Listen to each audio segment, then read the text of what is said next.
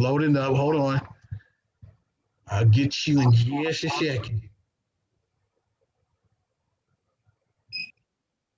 Give me 1 second. Loading. Hey, I live in Inglewood. How far am I away from Inland Empire? For traffic, you're about 3 hours. What? Okay. Now I gotta get back to what's name. Without traffic, you're about an hour. What is it? Just go ahead.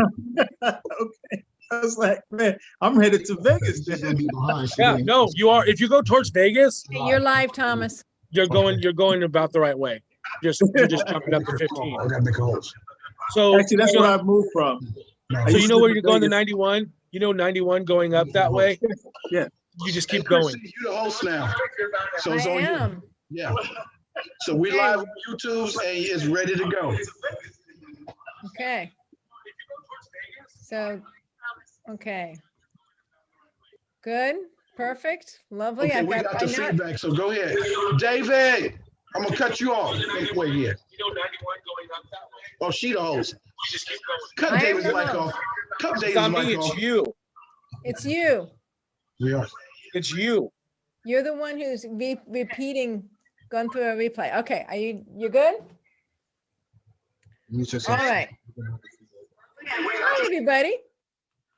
Good to see everybody here tonight. The amazing amount of people here. We've had a wonderful chat hanging out here, introducing yourselves. Hopefully you've been paying attention to what people have been saying as far as them introducing themselves, who's who and what's what, and make sure you keep using that chat box to connect with people. All you got to do is, you don't have to chat to everybody. You can if you want to, but if somebody said something that's interesting to you and you want to connect with them, reach out to them via chat and start a conversation. So make sure that you use these meetings just as if you were live. Everything I have done has involved somebody else. Every success I have had has involved me being able to connect with somebody else. So I'm a great believer in using your network to increase your net worth. And how you treat your network will decide if your net worth increases or not. So make sure that you reach out and that you work together. All right, I'm going to keep admitting people because I'm now host. And let me hold on a second. Let me see what I can do here. All right. Participants, I'm going to play here for a minute. And I am going to find David. And more. Okay. Oh, wow. Okay. Got it. It doesn't allow for co-host. It doesn't allow me to do it either. It's because it's in his settings. Because in your settings, you can have co-hosts. I can in my settings. His settings don't have it yet. He hasn't set it up that way yet. All right, cool. All right, I'm going to share my screen and let's get this show on the road. So make sure you have a pencil and paper, quite literally.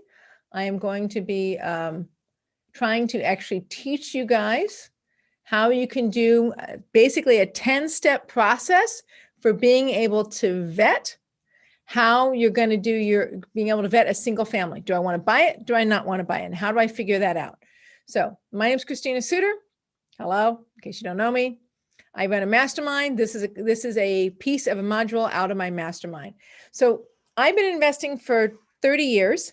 I was 2 years old when I started investing, and that makes me 30 and 2 years. Okay, no, actually I'm not. I'm 52 years old, and I've been investing for 30 years. I started when I was 17, so I guess 33 years now.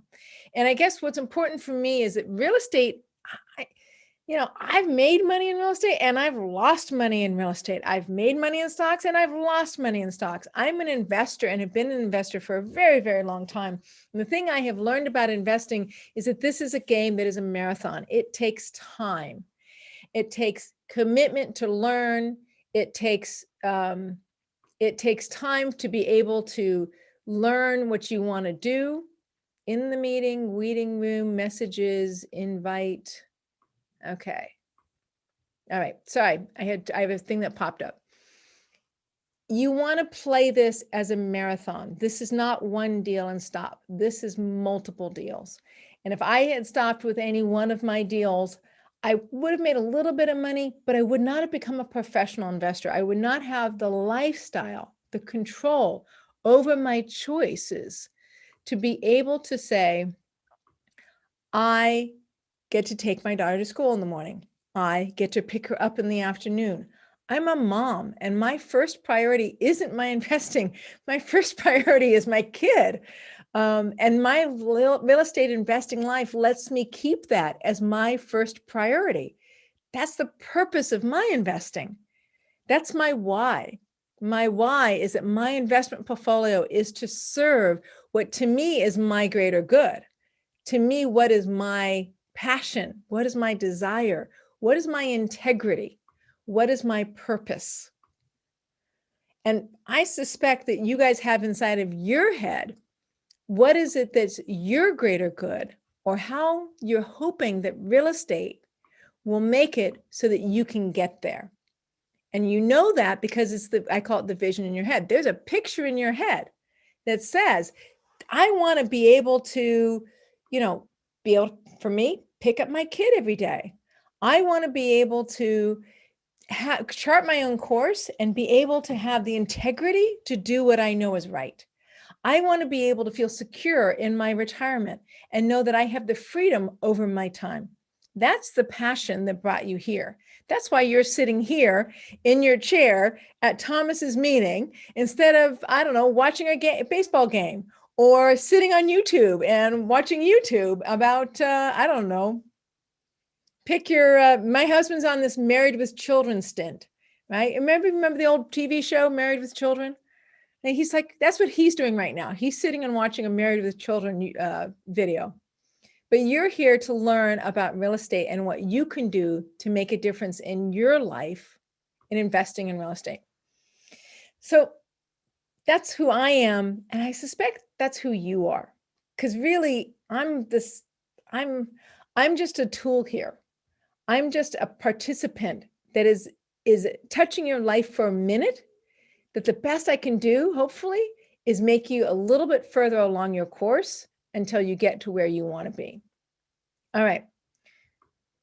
So I'm not a lawyer and I'm not a CPA. So please don't sue me. I'm a lady who's been investing for 33 years, and I'm going to tell you what I do the way I do it. And if you do it the way I do it, hopefully it'll get you there further, faster. All right, so I have a whole course I teach. Like I said, this is right out of my course. So I'm going to be flipping through slides that you're not going to get to see or get to talk about because I'm trying to get to the nuts and bolts of what I promised to deliver tonight. So I apologize if that's frustrating to anybody. All right. So how you find a deal, it might be at a traditional meeting like this, or it might be at a meeting like this. Sometimes deals show up in the oddest of places. So be prepared for, hey, what do you do? I'm a real estate investor. Do this during the day and I do this during the night. And you might get a deal in the funniest of places. So that's how you find a deal. But what you want to know is once somebody starts to bring it to you is we want to understand what the deal is. So what is the deal? Ask the question. What is it that you got? Is it a single family? Is it a multi-unit? Is it an office building? Is it storage? What do you have? And then what will be my return? Ask them to do the math for you. What do they think you're going to earn from it? Whether it's buying a single family as a rental, or whether it's buying a flip, or whether it's investing in somebody else's deal. Then you do the research. And that's where this comes in. You want to know what is going to be from your point of view. You want to understand the market, and you want to understand your return on equity. What's my actual return on the deal? So I'm not going to go through how you research a market. I'm not going to do that tonight because I don't have the time. But I am going to go through how do you comp a house so you have a guess as to what your return is going to be. That's what I'm going to focus on tonight. All right, Kermit, sorry to keep you awake, Kermit. Apologize. What does due diligence do? Due diligence takes this kind of house and makes it this kind of house. What you care about is what's the bones of this. I don't necessarily want to know exactly what it is that I think it's going to be later. I want to know what am I going to earn now and how do I make it work? And if my computer dies, guys, I so apologize. All right, so I'm going to move forward. I told you there's a whole bunch of slides we're not going to do tonight. We're just going to go past what's the city. We're going to go straight into which house. So you see this here, 10 steps to comp a house. I am going to get into the chat here And I'm going to post something in the chat, guys. Hold on. It's going to make me stop sharing in order for me to have control over the chat. Nope. I'm going to do this. Take your, that's right. That's right, Kermit. You heard me. You got your pad of paper and your pencil. That's perfect. This is what I teach. So this is my 10 steps. I'm going to take this and I'm going to put it in chat. I'm going to put it in the chat so you can use it as part of your notes.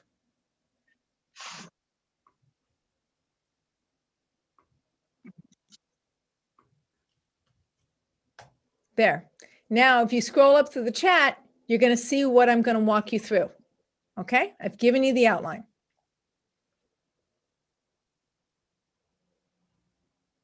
Let me get back to my PowerPoint here.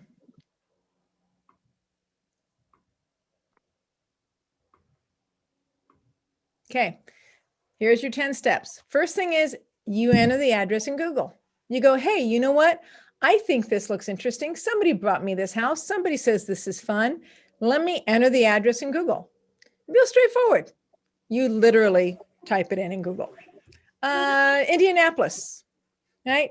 614 Minnesota Avenue, Indianapolis. It's a property I own. You can look it up if you want. 614-616 Minnesota Avenue, Indianapolis. Okay.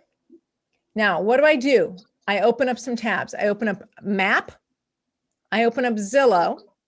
I open up another version, or Zillow or Trulia, Redfin, because I want to look at another place.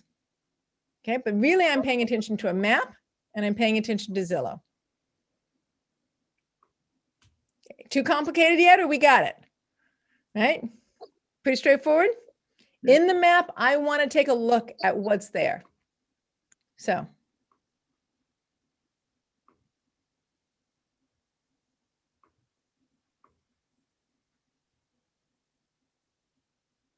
Okay, keep jumping back and forth.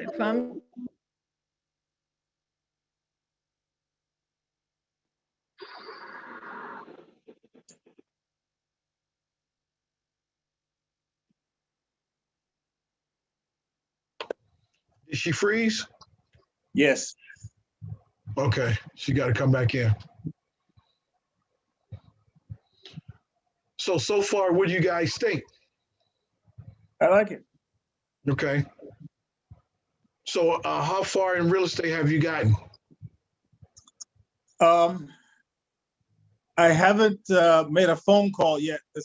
I haven't done that, but I have done some driving for dollars. Actually, I did some yesterday, as a matter of fact. So when you saying driving for dollars, are you out there knocking on doors, shaking hands, and kissing babies, or what? not that far yet, but I use an app. I don't know if I can mention it here or not. Deal Machine? Yes. Yeah.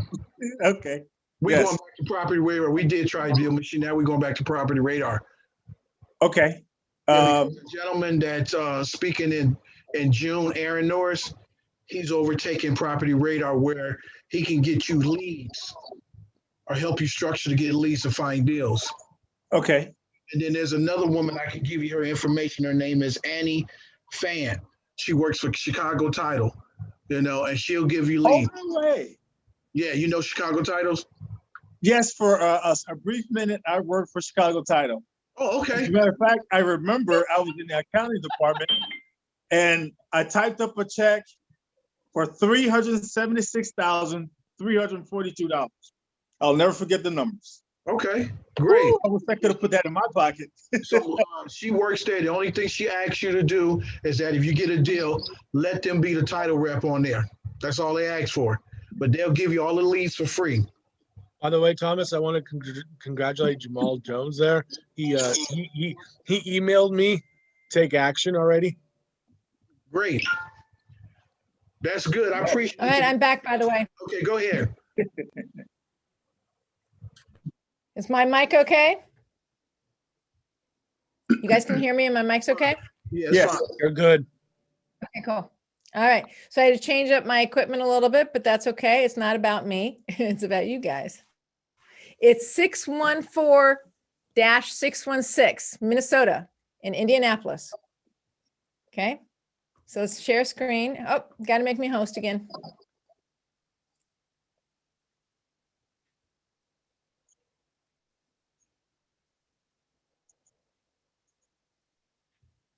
Thank you. All right, share screen. Google, right? 614.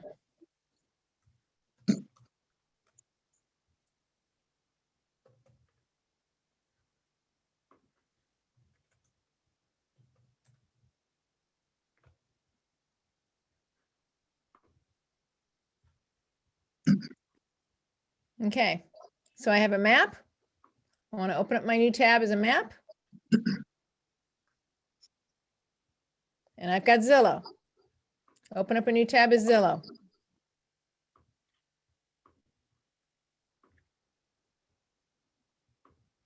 So when I'm in my map, I want to take a look at, okay, this is an interesting property. It's a little tiny duplex, right? Next door to it is another house. Next to that is another house. But what is it really close to? Because what I want to understand is where is it located? What I understand is it's located outside of the heart of downtown Indianapolis. It's in the lower right corner, right? So who's going to be the people that want to inhabit this house? Probably going to be people associated with Indianapolis. It's going to be the jobs and the industries of Indianapolis. And there's a whole section on how you do your research on the city. But also, can you see here the distinctions of the neighborhoods? Can you see how these little tiny squares over here? That's a different neighborhood, different development. You see here, these long, thin streets. You see this divider right here? So when you have highways and you have rivers or big major highways, those are neighborhood dividers. So if I'm comping this property, I don't want to be over here in this little squares over here. And I sure as heck don't want to be up against the belly of Indianapolis downtown. I want to focus in these houses right here.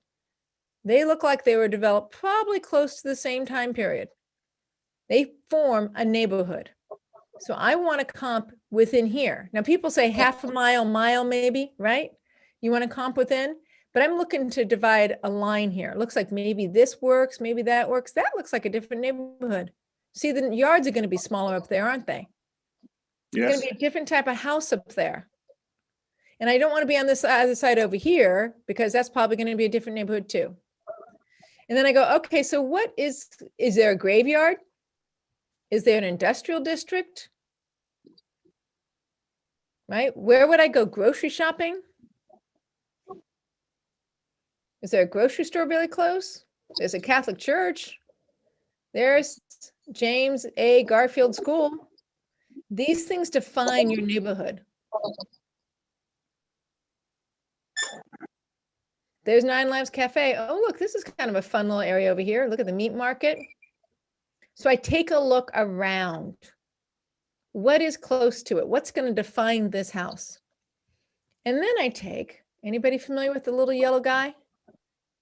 Everybody love, you know the little yellow guy? See the little yellow guy? See him? And I drop it on the street. And I say, okay, walk the street for me, little yellow guy. And who are my neighbors? Do I see green grass? Do I see dead grass? Do I see green? I see green grass. Cool. Do I see unkept homes? Do I see kept homes? They're kept. They're kept. Do I see Kermit? I love you. Thank you so much for participating with me. Really, seriously. I'm serious. As Thomas will tell you, I am a person-to-person human being. Right? I see rehabbing going on. Right? It is a neighborhood where people seem to care enough about their homes that they take care of them. Not big homes, right? Not big fancy homes, but these guys seem to care about what they're doing. And I don't see a lot of graffiti. Anybody familiar with what corner boy means? Right? Not good. Not good, right? Corner boys are people who are usually selling things on the corner. right? And believe it or not, walking up and down these streets via Google, right, sometimes you'll see corner boys hanging out on the corner and you're kind of like, dude, why are you hanging out on the corner? Other times you'll see people walking into their homes. It gives you a sense for who lives there and the cars. What do you think? Working car, Yeah. Working class neighborhood. working class Yes. neighborhood, but they take care of their car.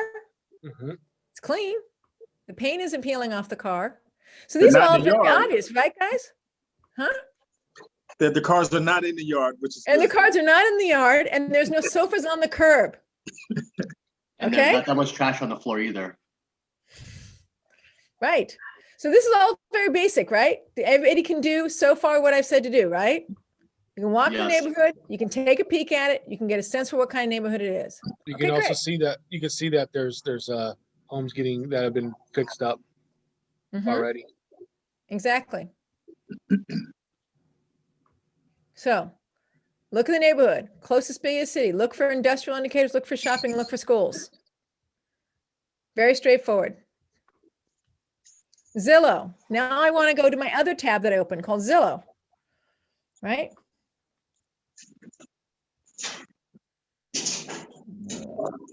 Where am I? Here we go. Share screen. Now I go to Zillow.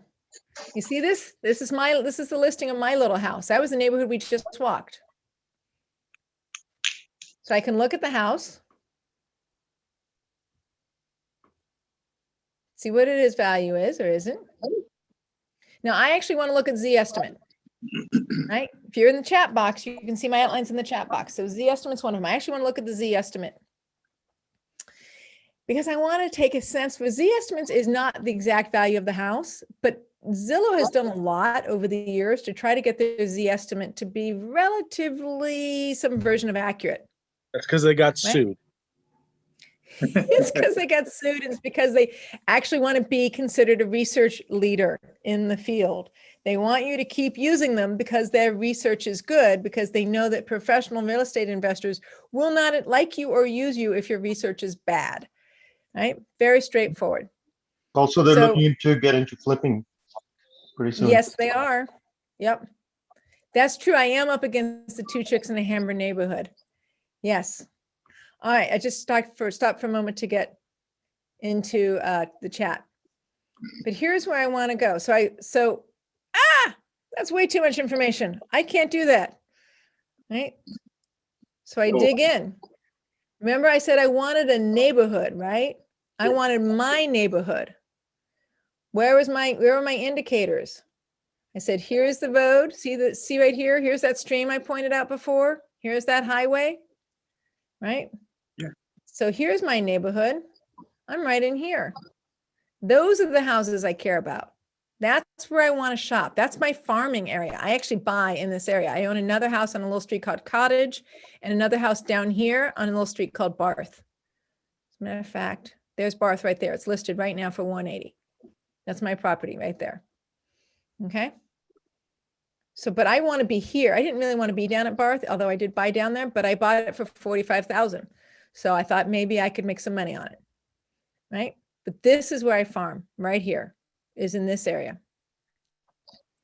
So I'm going to stop sharing this for a minute. I'm going to go back to my my thing here. I'm at Zillow. I want to look at the price. I want to look at the square footage. I want to look at the Z estimate. I want to look at the rent estimate. And I want to look at the last sold information. So I didn't cover that one.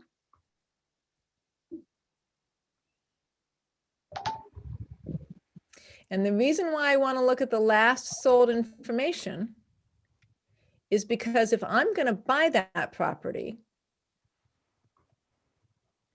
I want to have a sense for what did they pay for it. So you slide down here.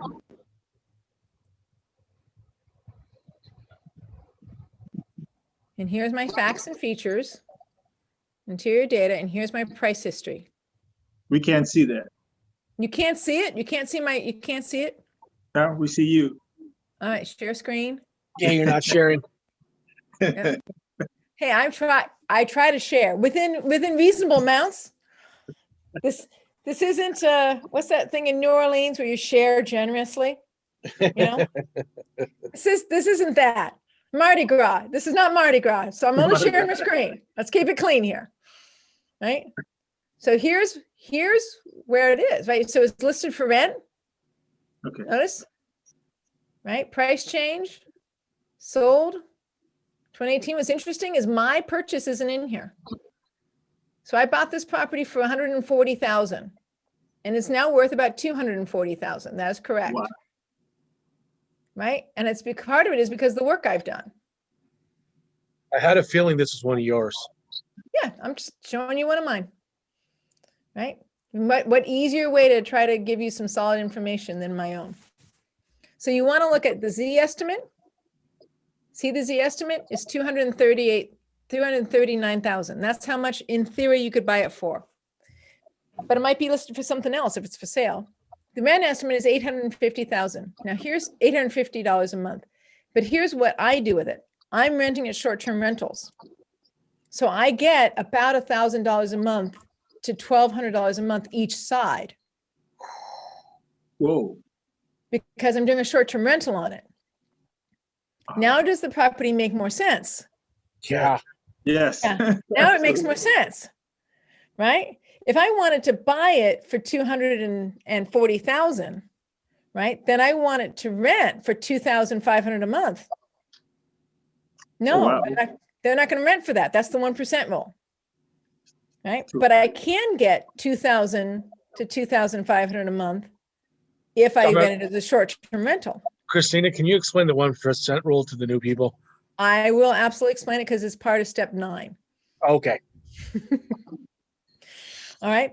So I finished. The important thing is I finished the list on what am I looking at? I'm looking at the rents. I'm looking at the Z estimate. Remember, I'm trying to make this simple for you guys. And I'm looking at what's its history, because if I'm going to make an offer on this house, I want to know how much the previous person bought it for. I want to know if I'm asking them to take a short sale. I want to know if they bought it 10 years ago and they got lots of space in there, right? I want to know that story. Okay, so I'm going to stop sharing this. And I'm going to go back.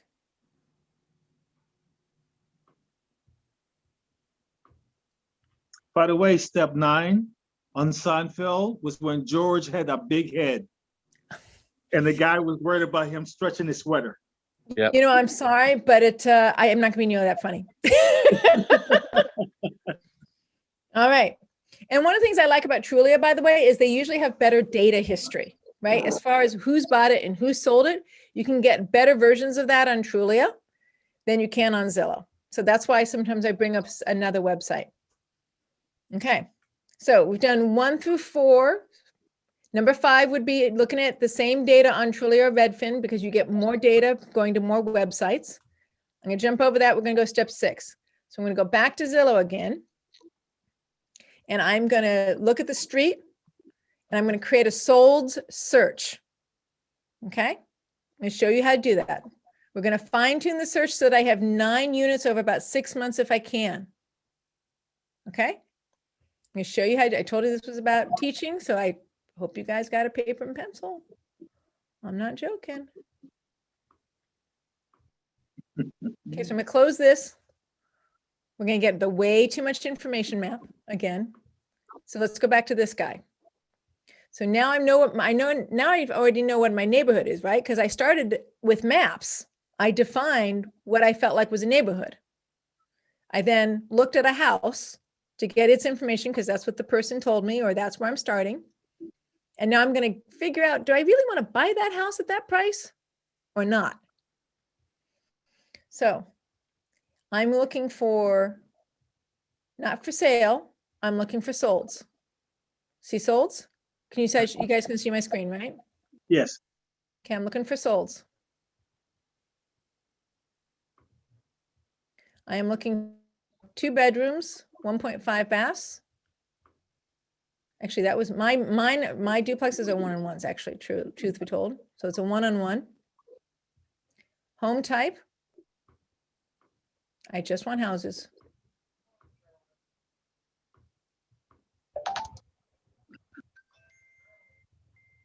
Okay. And now here I want to fine tune it by. Hello. Here built basement. Sold in the last, we're going to start with 6 months. So I have relatively recent data. And now I pinch into my neighborhood. Right, there's my divider lines. Here's see my little neighborhood with a bunch of little different squares, right? That's a different neighborhood I decided, right? I want something here. Now I got enough data, I could actually pinch in a little further because I really only need 9.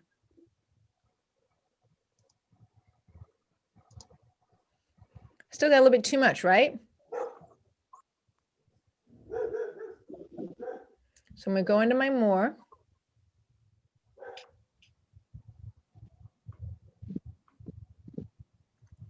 And I'm gonna go into my square footage.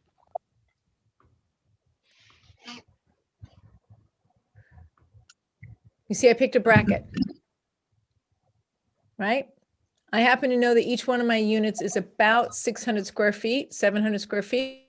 So I'm right about 1,400. At least that's my memory. I could be wrong. Right? So now I fine-tuned my search because I'm looking for about 9. Do I have about 9 now? Yes. Something comparable to the type of house I'm looking at. Okay. Now I'm going to try to, so I am going to try to make this super simple for you guys. I'm not even gonna, I'm going to make it even simpler than when Is I 9 teach my a class. magic number? My 9 to 12 is not a magic number.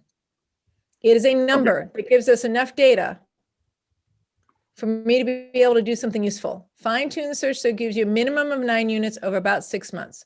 Now I would normally take this information and I copy it over to my Excel spreadsheet. I'm going to make it even easier for you guys. Rather than having you copy it over to an Excel spreadsheet, we're just going to do the price per square foot. What I'm looking for is price per square foot of the houses that are there. Okay, I'm going to show you how to do it.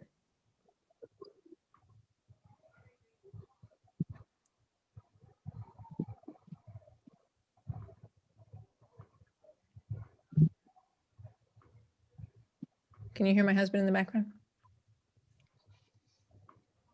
Okay. So you see over here my listings, right? I've got a listing here that says it's a 2-bedroom, 130.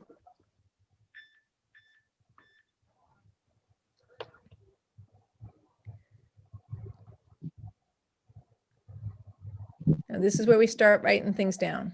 Where's my price per square? It used to be Zillow had price per square foot right here on the listing. Let's see if I can get it to open up more.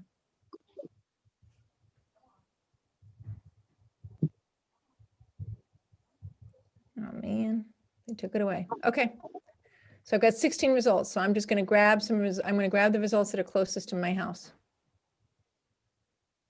I think they hid the price per square foot in the more info section on know. Zillow. Do you remember that it used to be on the Yeah. front page? Yes. Yeah, used to be right here. They changed it up maybe a month or so ago, like a couple of months ago, and some sort of update. And I think it coincided with their new rental thing where they're doing the, rent this home on Zillow. Yeah. Right. Okay.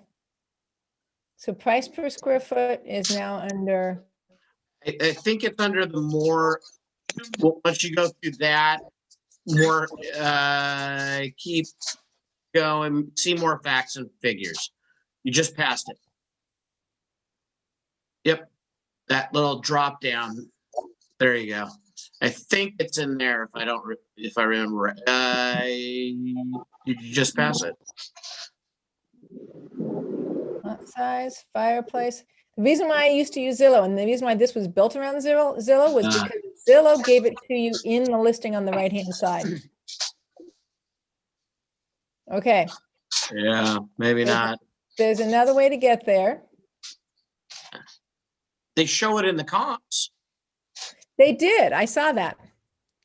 So when I was looking at the comps, so I closed it. So the other way you get there, guys, is, and this is on the Excel spreadsheet, is you simply type in, it sold for 257,000. What's its square footage? 2,163. So you divide it, right? That's about, it's, according to this, it's 106 a square foot, right? That's what I saw go by here. Homes sold nearby, 106 a square foot. So you do 9 of those. And the reason why I'm going to do 9 of those, let's do 90, let's look at 92 here. Right, this guy was 92,000. So if I take 92,000 and I divide it by 1,647 square feet, what's my price per square foot? You can kind of guess at it. It's around $50 a square foot. So if I've got one house at $50 a square foot, I've got another house at $106 a square foot. Which one do I want? It depends upon my purpose. Yes. It depends upon my purpose. Right? So I'm going to go back. I'm going to share my screen again. Share screen. What I'm looking for is that I'm looking to make a list of 9 to 12 houses, and I want to get the price per square foot of each one of those houses inside of my farming. And in those 9 to 12 houses, I'm going to have something that's worth $50 a square foot, something that's sold at $106 a square foot, and something that's sold at $150 a square foot. And I'm going to have groupings. Yeah, nice. I'm going to have, I got a spread. Exactly. I'm looking for the spread. You nailed it. I'm looking for the spread. I now have a bottom, I have a middle, and I have a top. And that bottom, middle, and top tells me, is that the rehab property? Is that the average property? Or is that my fixer? Because the bottom price per square foot was most likely my fixer. And if I'm going to take this and I'm going to fix this, I'm going to flip it, right? This is when I'm going to do my flipper's return. If I'm going to flip it, I want to be able to buy something that's close to the bottom price per square foot. And I want, and then now I know my ARV is that top price per square foot. Yes. Now, what have I got to fix the house with? Is the space in between. Yeah. Okay.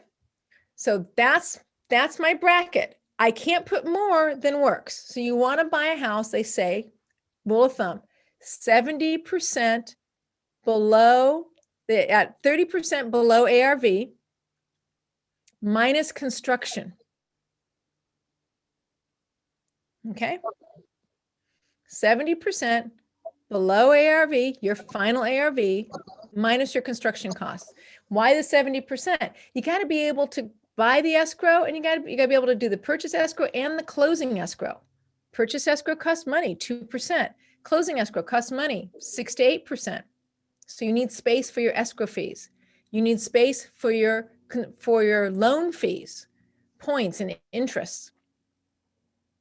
And you need space for your construction. That's how you be able to figure out, should I buy this house at this price and have this ARV over here? And if I can't fix it with my $45,000 that's left, don't buy it. Real simple. It's called math. That is the sort of simple way of doing, somehow it jumped into a whole nother piece of my, that is the simple way of doing your flip properties. Okay. Now this bracket is still useful. The bracket is useful if I want to do a rental property, right? I can get rentals off of Zillow. We saw that on Zillow. I prefer Rent-O-Meter. Spelled wrong. It's rent-o-meter, rent-o-meter.com, rent-o-meter.com. You type it into rent-o-meter.com. You want to use the 1% rule. What does 1% mean? if I'm going to buy it for 200,000, I would like to get $2,000 or 1% of the purchase price a month in my rent. Thank you very much, Kevin. Rentometer.com is now in the chat. I want to get I want to get 1% of its purchase price in rent. Are you really going to make that? You may not, but I've owned properties in Hawaii, Los Angeles, Oregon, Texas, Knoxville, Tennessee, Virginia. It was Arlington, Virginia. And I'll tell you, on all the places I've owned properties in and I've collected rents in, if you're too far below the 1%, you're going to have a problem. In places like Knoxville, Tennessee, I could get 1.5. Cool. That's a cash flow property. In places like Pasadena, I get like 0.3, as in I'm not going to be able to cover the mortgage and the property tax and insurance with the rents. So for me, because I don't like losing money on my properties, I don't call a cash flow property losing money, right? Every month I'm losing money. That's not a cash flow property by definition. So if I'm going to get 1 to 1.5 or maybe 0.8, that can be a cash flow property. But if I'm not going to get that, I'm going to get 0.8 or less. It's a flip. It's the neighborhood has defined itself to me. I don't get to define the neighborhood. I can't buy a whole neighborhood and decide how it's going to be priced. Maybe somebody else on this phone call can, but I can't, right? I know that the neighborhood is defined for me, whether or not I'm going to get cash flow out of a rental or not. So I've put the steps in the chat to make it really simple. I've tried to give you simple rule of thumbs so that you guys can decide whether this is a cash flow neighborhood or flip neighborhood. And I've given you some rule of thumbs on rentals 1% or more. And a flip is 30% below ARV. We now know the ARV because we have a nice bracket, right? 30% below ARV minus construction costs. So I try to get real basic, guys. You can do this. And the reason why I do this so basically is because I want you to be able to walk into a quote unquote, walk into a neighborhood, Zillow your way into a neighborhood because you don't have to walk into it anymore, right? You Google and you Zillow your way into a neighborhood and you go, what neighborhood is this? Is it a flip neighborhood? Is it a rental neighborhood? And do I want to participate with it because it fits my goals? Okay, questions? I have a question. Good. All right, hold on. I'm going to change it to speaker view so I can see who's talking to me. Ishmael, go ahead. Yeah, so how would you let's say you're trying to get into a new market, how would you factor in the repair costs? So how do I get my construction costs? Yes. Okay, so there are two ways to get construction costs. One way to get a construction cost is to use rule of thumbs, okay? So in my rule of thumb is in mid-range working neighborhoods, a new kitchen costs $15,000. Now in my Pasadena flips, a new kitchen costs $30,000. My cabinets alone cost me $20,000 in my Pasadena flips. Way too expensive. I don't suggest it, right? You want to do a bathroom, $5,000 per bathroom, $20 per square foot for simple paint and flooring. And then any other systems that are above and beyond that, you need to add on top. So $15,000 for a kitchen, $5,000 for each bathroom, $20 a square foot for paint and carpet finishes like that. And then any other system that's broken, you need to add that on top. The other way to do it is you get a contractor. I can't tell you how many times I've literally walked into a house in Indianapolis and I took my contractor with me. Gotcha.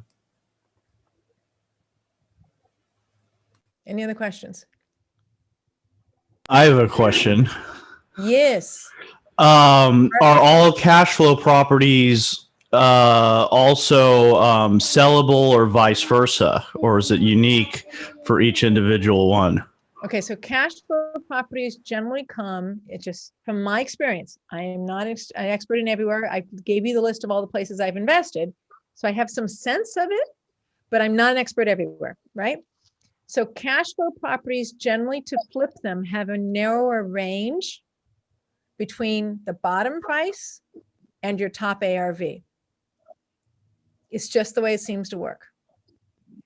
Because generally cash flow properties are in less volatile neighborhoods with less forced appreciation in them. But if you go to Southern California, which is a high demand, and you're in Altadena, Santa Monica, Beverly Hills, Hermosa Beach, you have a high level of appreciation, and the rents end up falling behind that forced appreciation because of the value of the land. And now your rents don't work anymore. So I'm just telling you what I've noticed.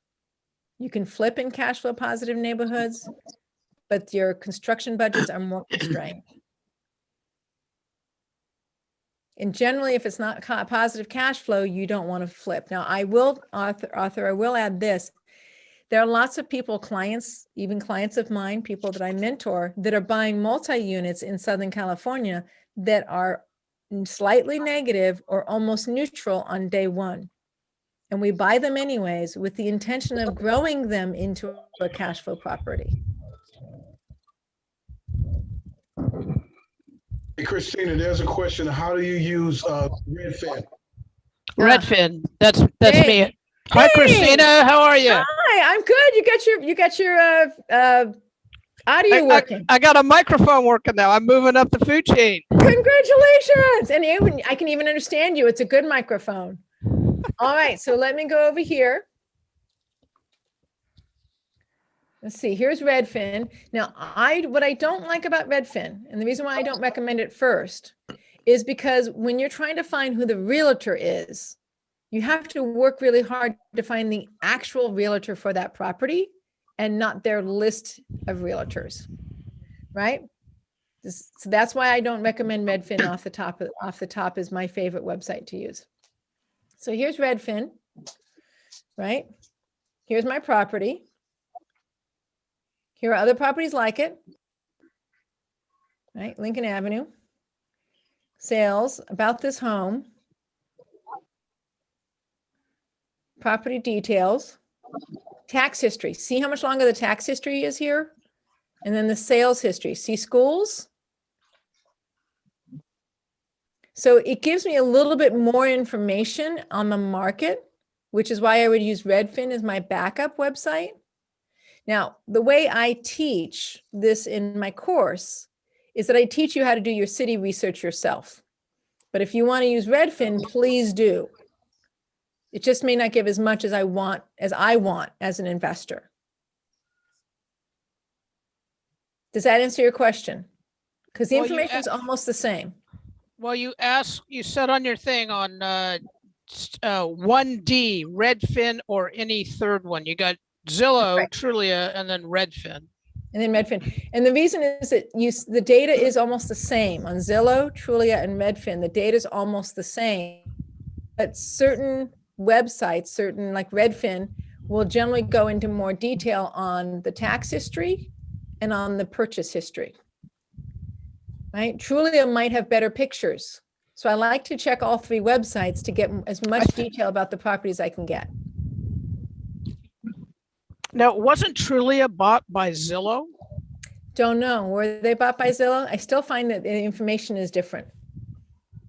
Okay. The way they're presented is different. Now, I got another question. Do you have any way that you can find data on mobiles? I have found almost nothing. They're not on the MLS. Okay, so I have a tip for you. Next month, Thomas has this guy named Andy Teasley, who is the expert on mobiles. I am not an expert on mobiles. Andy's your guy. Come next month and listen to him. I know Andy very well. Good. Yeah, I found the only way to do mobiles is to actually go into the parks and physically get in there. Yeah, that makes sense. Yeah. Okay, any other questions? No, thanks a lot. Now, when you get used to doing this, guys, you can see how it would take you 15 minutes. I'll literally do this in my car. I'll take out a back of a receipt and a pen and my phone, and I'll bring up Zillow. Oh, there you go. Thank you, Chi. I'll bring up Zillow, and I'll find 9 to 12 properties, and I'll do my little math on my phone, getting my price per square foot, and I go, okay, this neighborhood has these brackets. Am I going to be able to rent? Am I going to be able to flip? If I'm going to flip, what's my bracket?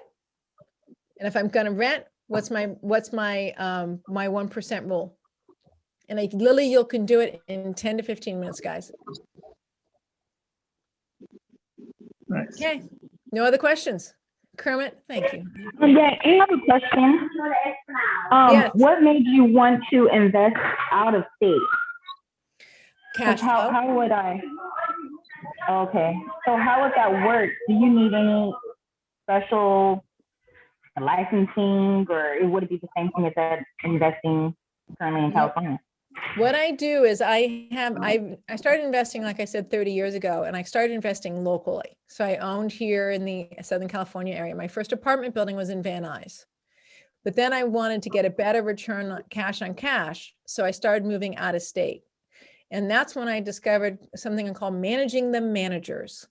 And so instead of putting my time into showing up at my property, I put my time into reviewing my management statements and staying in email contact with my managers every week about what's going on at my property.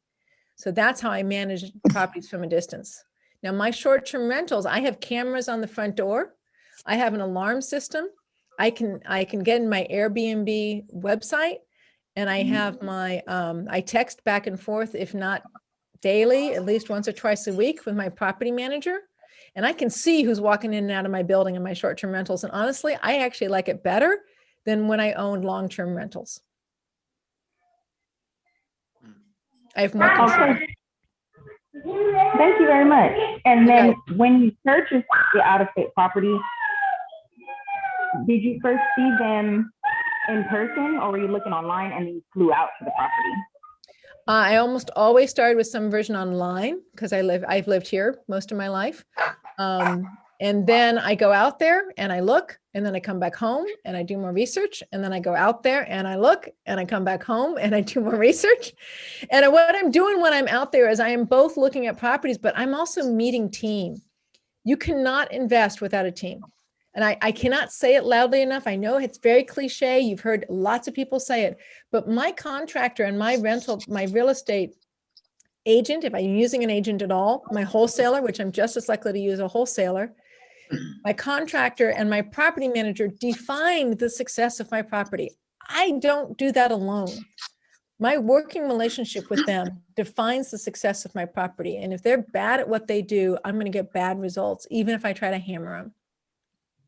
Maybe it's because I'm a girl. I don't know. Maybe it's because I'm too nice. That's possible. I'd rather fire somebody than have a fight with them, but I will fire them if it's not working well. And I will hold them accountable. I have a contractor recently who did about $30,000 of extra work on a unit I didn't want him to do out of state. And so now he's my partner in my property because he ain't getting my $30,000 until that property sells. So guess what, dude? We're partners now. Sorry, Arthur. You don't want to ever work for me as a contractor, I'm sure, now that I've told the story. Oh, because of the pricing? Well, I gave him $46,000 to do the property. He went $30,000 over the 46 I gave him, and I was out of state. And I said, dude, Wow. That was not my scope of work. You took down every wall instead of leaving plaster where plaster could be reused.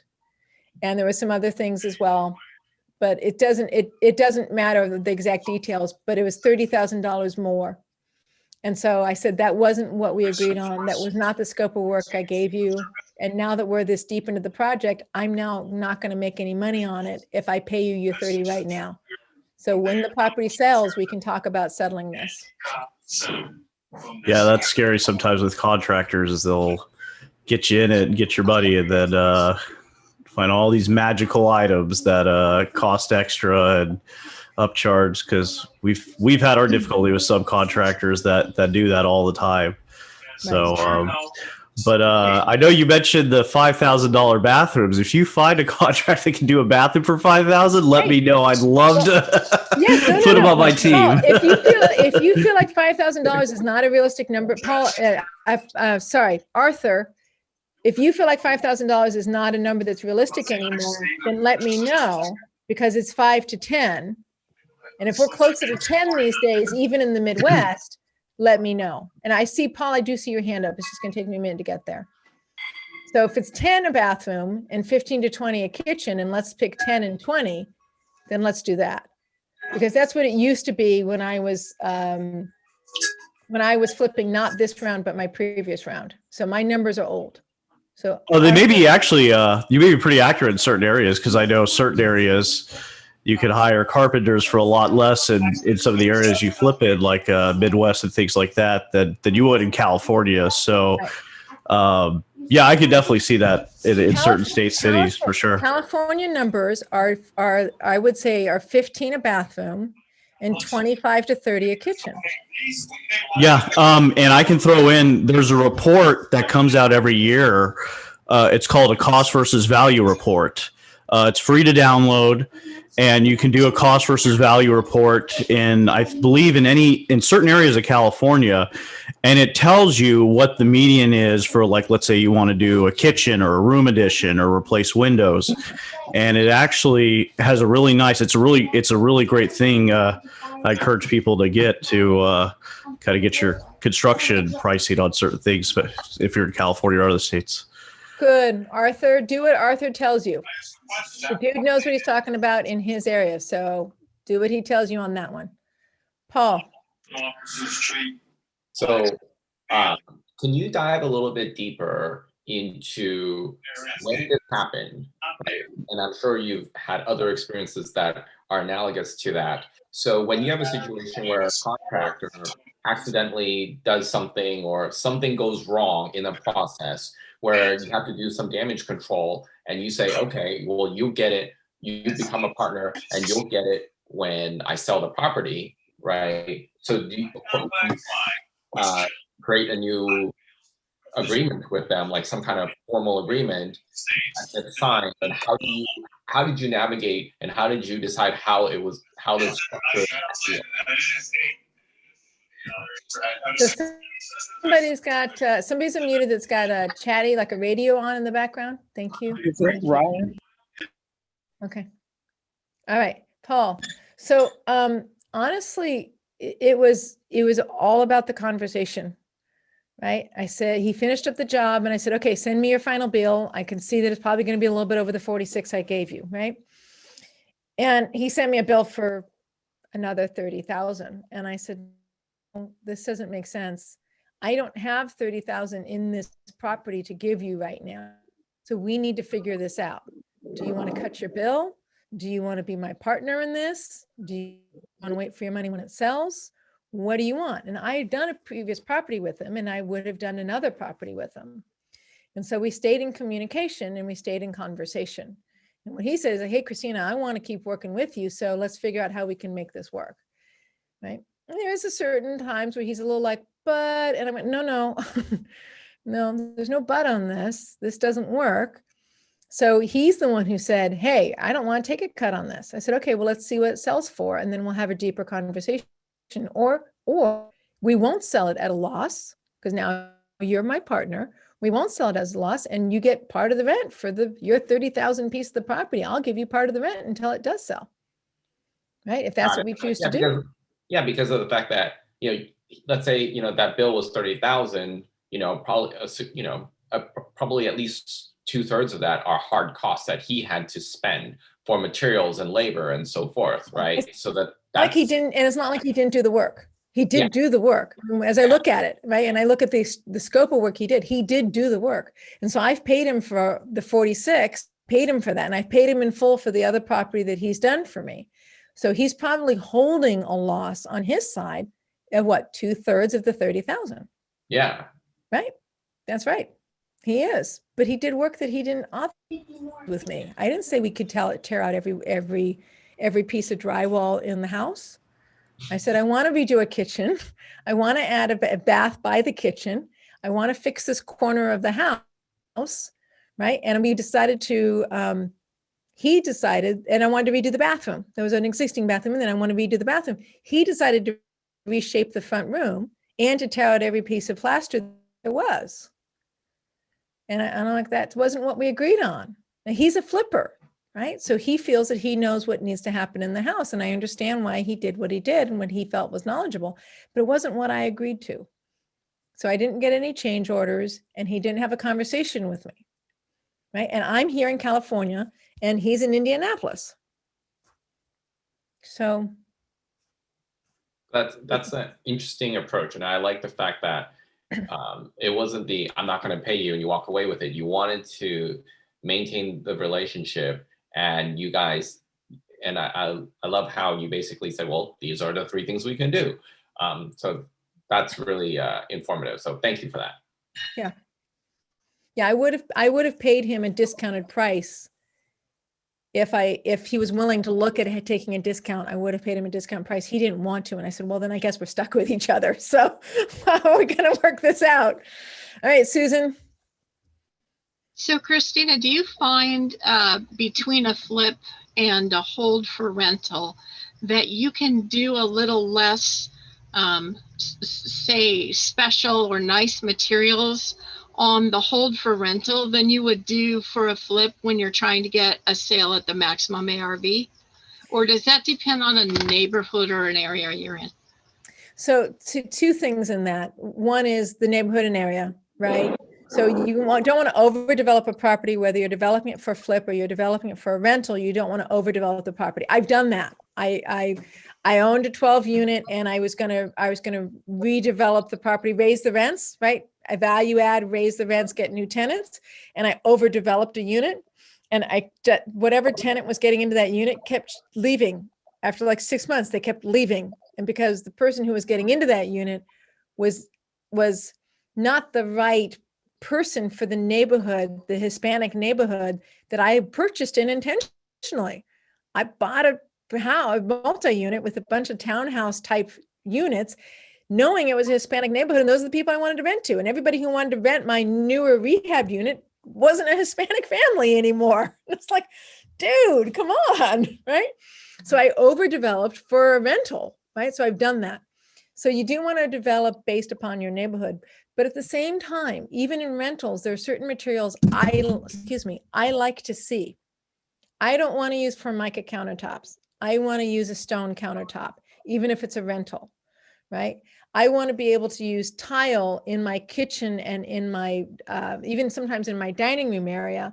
I will use tile in my kitchen and bathrooms because of the stability of the long-term usefulness of it, right? I always put in a new fixtures, new lights, new doorknobs. The first time I take over a unit, I have a way I make it all a particular level so that if something breaks, I can say, I replaced that. I know the garbage disposal is 5 years old. I know you broke it. In state of California, I get to charge you for that.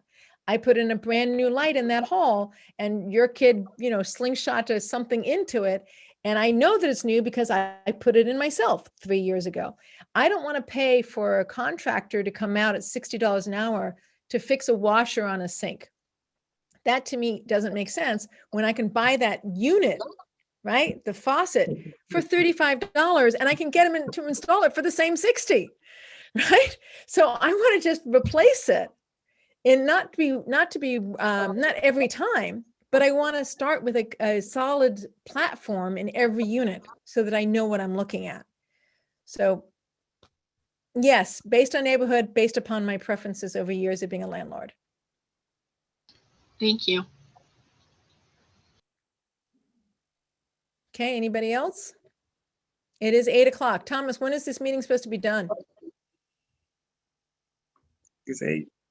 It's 8.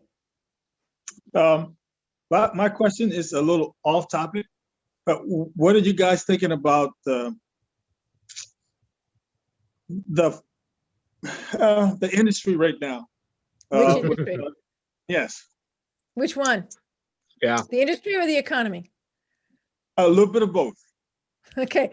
Can you give me an industry to focus on in my economic conversation? So I guess mostly tonight we're talking about multifamily homes. That's what you want, multifamily. Okay. I'll give you an opinion. Okay. I'm happy to give an opinion. I don't have a problem with that. Never have. So when COVID started, right, everybody thought, oh my gosh, this is going to be a complete bloodbath. We were wrong. We were wrong because the government chose, this is not political. This is just noticing. The government chose to put a lot of money into the economy in order to effectively hold it up, right? So we were looking at anywhere from a 5 to 6%, according to the IMF, we were looking at a 5 to 6% potential loss in GDP. Oh, how do I save the chat? Tell LaToya how to save the chat. Well, I'll tell you, LaToya. Hold on, don't go anywhere, Kermit. So if you want to get in open up the chat in the lower right-hand corner, you're going to see 3 dots. If you click on the 3 dots, it'll give you a chance to save chat, and it will save it as a file on your computer. And I intentionally put my steps in the chat so you guys could have it. So I want you to be able to save that. So we thought it was going to be a bloodbath. If you look at our GDP, my memory of my numbers, which I did literally almost a year ago, you're welcome, was that we would lose anywhere around $7 trillion, right, of flow in the US economy. Well, we've already put out a bill for last bill up till this last one was 3.5. We've just done another 2 trillion. So we're at 5.5 trillion worth of support in an economy that I thought would lose about 7 trillion worth of activity. So we're not going to see this big bloodbath. Now, then my concern was, would we see a big bloodbath because of all the closes of small business? We've seen about 160,000 small businesses close, and a little less than 50% of the US population is employed by small businesses that have 10 employees or less. So if we're losing small businesses, that's a big part of our employment, is if we lose too many small businesses. Well, we've lost 160,000. I haven't seen the most current number. David might know the most current number. I haven't seen any of the current numbers. I know that Zillow or Yelp was saying in California, they're looking at 50% of their small business they have that are gone for good. Are gone permanently. So the concern was, and that's been what I've been watching. I just haven't seen recent data. Thank you, David. I know David likes to do data like I do. The concern was that the unemployment would be so great. 10, 16% unemployment due to losses in small business, right? But then this newer thought that's been coming through is that people who do have, like, this is pent-up demand, right? They've been getting money from the government. Some people have been working part-time and still getting money. I'm getting money from the government. Explain to me why I'm getting money from the government. It makes no sense to me, but I'm getting money from the government. Wait, how did you qualify? I'm really good with my taxes, David. Can I have your tax person? Yes, I'd like your tax person as well. Yeah, I'm really good at my taxes. His name is Philip and Company, Anthony Phillips of Philip and Company in Pasadena. But honestly, I'm also a real estate professional that has a lot of losses from 2009. Thank you very much. So I am very careful with my taxes and how I declare my income. I'm stretching that baby out. Was that Texas? Wait, was that Texas? Texas was just one. Yeah. Texas was just one. Trust me. So wait. I don't know. She didn't. Kermit, hold on. What she was just saying. She didn't tell everybody she has made $1 million one year in real estate and lost $1 million in the Dow Jones in the same year. Oh wow. So yeah, I'm stretching my losses. I'm very thoughtful about how I stretch my losses here. So Kermit, to get to a final bottom line, right? So in the greater economics, there is a lot of conversation now about pent-up demand. People want to go to restaurants. I want to go to a restaurant. Yeah. I want to go to a movie. Truth is, I want to go to a movie and sit in the chair and eat popcorn with my kid. That's what I want, right? Because that's what I did with my mom when I was a kid. We went to movies. So I want to go to a movie. So there's pent-up demand. So instead of seeing what we thought was going to be this like, oh, okay, the bloodbath is going to happen after the stimulus packages are done and when unemployment truly shows its true numbers, I'm not so sure it's going to happen. Pent-up demand alone might actually solve that problem and create new businesses because we are entrepreneurs. We as Americans are entrepreneurs and we're going to create new businesses. So what does that mean? So if you break it down into multifamily, What that means is we thought we were going to see a lot of people not paying in multifamily. In the larger multi-units, industrial size, 100 units and more, we're actually still seeing pay rates of 94%. We're not seeing pay rates of 80%. Now, is that across the nation, or I think California's lower? Okay, it was across the nation. Yeah. So that's across the nation. But in certain regional areas and in mom and pops, you're seeing slightly different numbers. So where's the opportunity in multi-unit is more in the mom and pops and the areas that have been more heavily hit with the COVID shutdowns, but not in Los Angeles. I have a question on that with single family and multifamily together. I think. And can I say one more thing, David, and then you can be next? Okay, so therefore, if you're looking for multifamily, but multifamily based on my history is overpriced still. There is not a downturn in multifamily numbers. There's not a bloodbath on the commercial mortgage backs that are supporting multifamily. And there may not be. It may be truly regional. It may literally be this region and mom and pops that you're going to start seeing cap rates that go north of 5%. Ooh. Ooh, Thank you. North of 5%.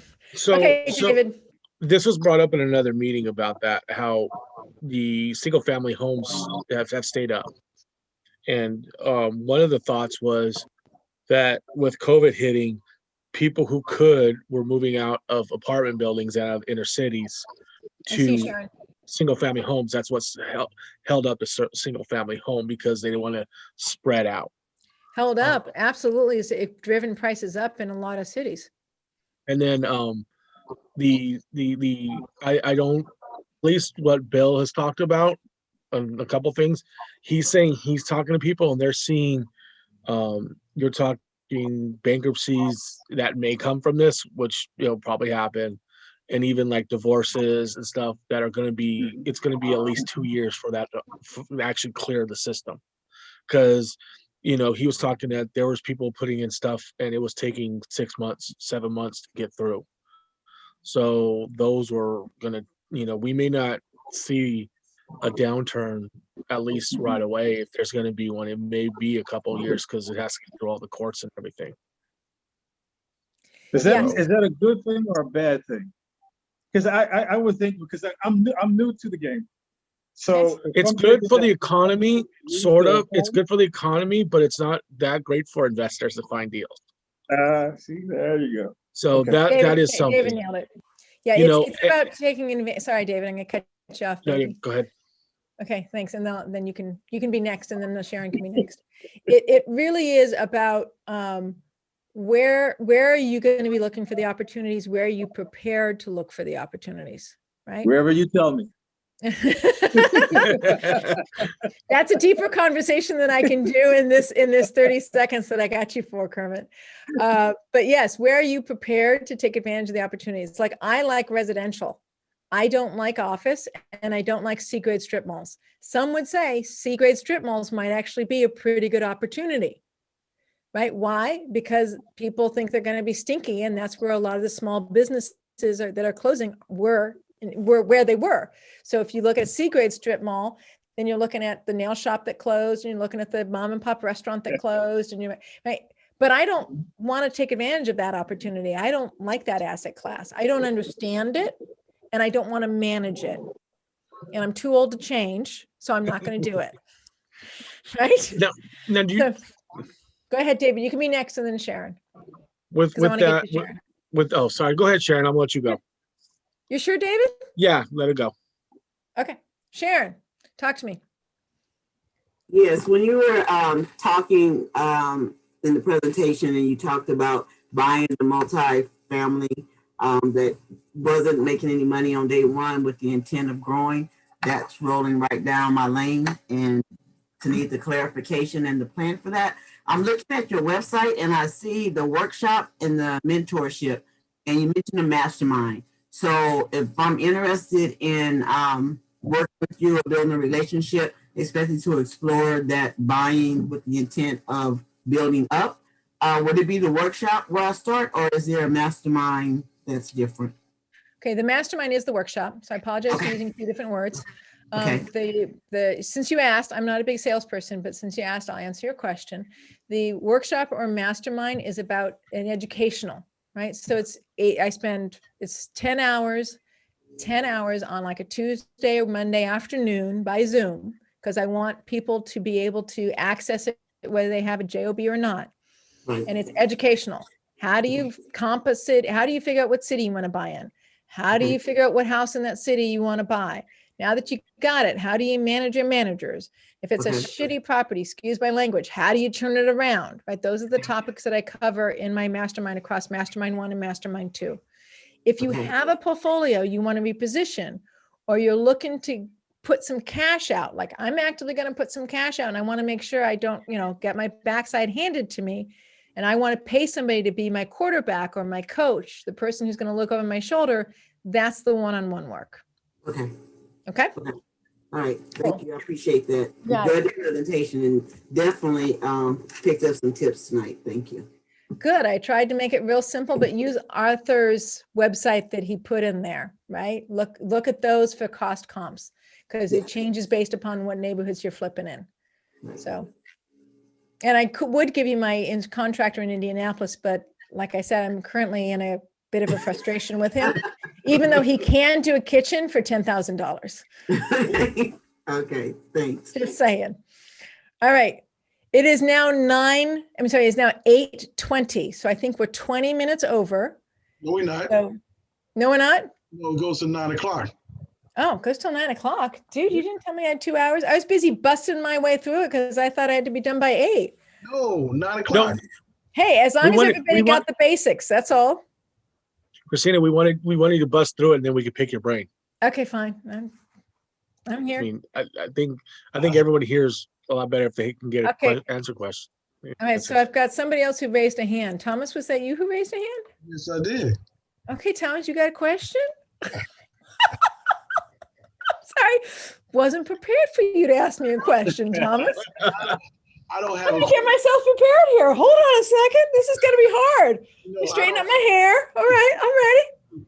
I don't have a question, but I want the people that's new, that's just getting in and want to understand this market and how to overcome this market. This is the time that you need to ask any questions. No question is a wrong question. No question is a dummy question, because we all started off the same exact way. Just to give you an example, my first deal was a wholesale deal.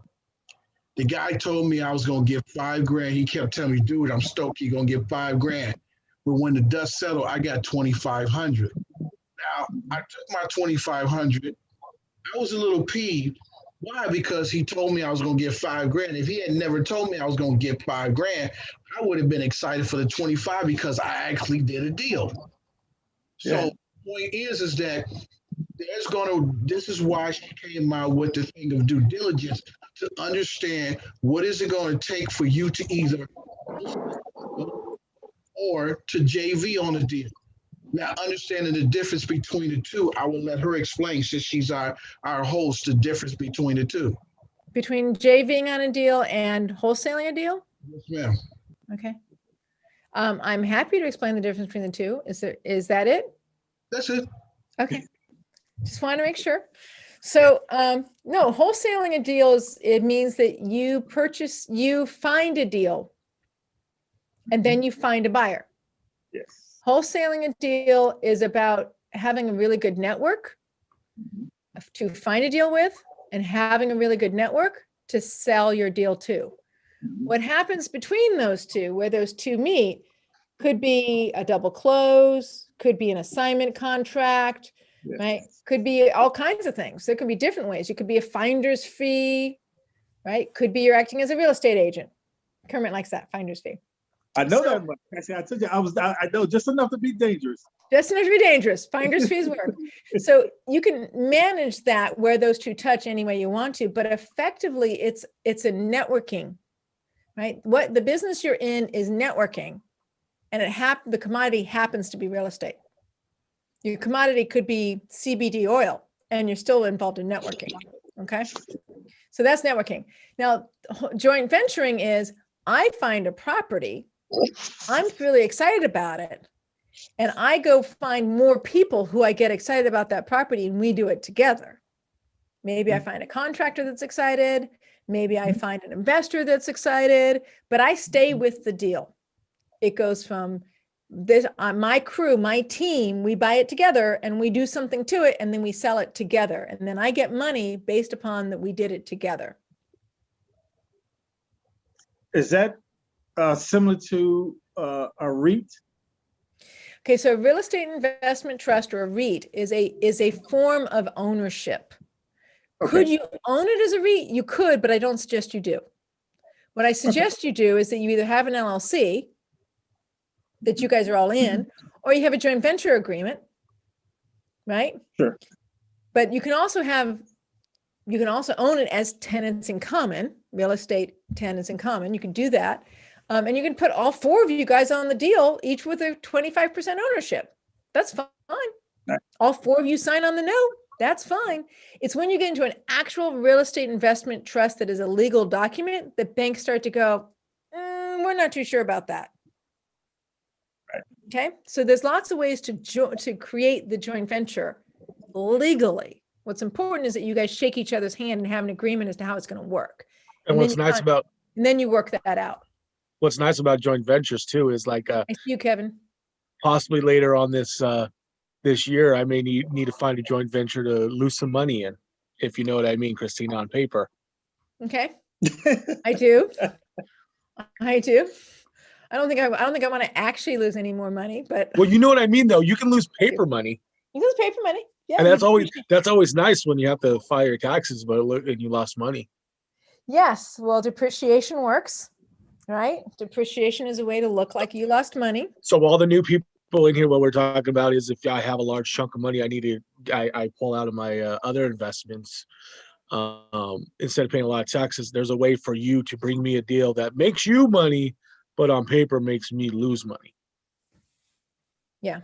And it can, there are lots of ways to do that. And I'm actually not going to get into that because some of those ways are very simple, such as I sell the property to him and then he sells it to me at a loss, right? That's a way to lose money, but there's more around that to have it make sense. Okay. So, Kevin, I see two Kevins. There's Kevin on the Kevin Kim and there's Kevin Sai. See? Yeah. Sai. So Kevin, you're the one who's been waiting. So Kevin, why don't you ask your question first? Sure. Thanks, Christina. So how do you typically structure your financing for the deal? Okay. So what do you mean by structure my financing? What piece and part of that? You're talking about with my joint ventures? Are you talking about, I guess when I have investors? The ones where you're flipping and then you're renting it out. Okay, so my BRRRRs. So buy, rehab, rent, refinance. Right. So how do I structure how do I structure that? Yeah. So are you coming in with all cash offers, or are you going to conventional loans, private lenders? And then how do you typically pull that money out to go to your next deal? Okay. So I purchase it either all cash myself or I purchase it with investor money. So I have several investors who've worked with me in my California deals who I've now rolled over into my Indianapolis deals. So I'll say, hey, I'm going to buy this property. I might buy it all cash and then securitize them. My deal with, remember the deal where I have the contractor that charged me $30,000 more? I bought it with my investor's money. So I didn't put my own money into it. My investor gave me both the purchase price and the rehab money in the loan, which went straight to escrow that I purchased the property with. And the proceeds from escrow went to the contractor directly. And the reason why I did that was so that when I refinanced the deal, is that it looks like I have a loan on it already for the larger amount. What I want to refinance it with as a conventional, that money is already sitting on that property. So I'm refinancing either the existing loan or a money cash out refi, depending upon how fast I want to refinance. If I want to refinance in 6 months, I can only refinance the existing loan amount. So that's why I purchased it with a loan on it that was bigger than what it was worth, was so I could refinance it within 6 months if I wanted to. Okay, thank you. Okay. Okay, so Hold on, there was another person. I'm trying to find this. Kevin Kim had a question he put in the chat. Okay, go ahead. So Kevin, you want to talk? Kevin Kim, you want to talk to me? You want to unmute? Sorry, I have a baby crying in the background, so I didn't want to Go ahead. get in here. There, sweat equity. I was wondering what kind of structure you guys you usually see with sweat equity. Okay, so the structure that I'm trying to see if there are questions here in the chat. So the structure that I usually give people in sweat equity are because I don't like working on deals alone. I work in partnership almost every time of some version of partnership, whether it's somebody I pay or whether it's somebody I actually joint venture with, right? Because I'm a mom and I want to take my kid to school and I want to pick her up at the end of every school day on time. That's my first priority. And thus my real estate investing takes the structure that allows that to stay my first priority. Okay.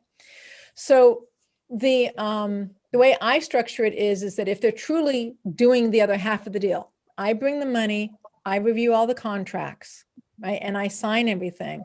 That person signs everything with me and they project manage the whole thing. And then we meet once a week to talk about the deal. I do give them 50% of the deal that way, but they need to have a history in project managing and they need to have, or in their own flips in order for them to be in that position. If I'm going to pay a project manager, then I'll pay a project manager. If I had a project manager that I had on a project for a little while and I paid him like $50 an hour, I think, maybe $45, maybe $40 an hour, because he had some history in project managing, but he wasn't taking the whole project. Now, what I have seen for other people is anywhere from 50-50 to 60-40 to 30-70 or 70-30. So again, the sweat equity, the highest sweat equity I've ever seen is 50-50.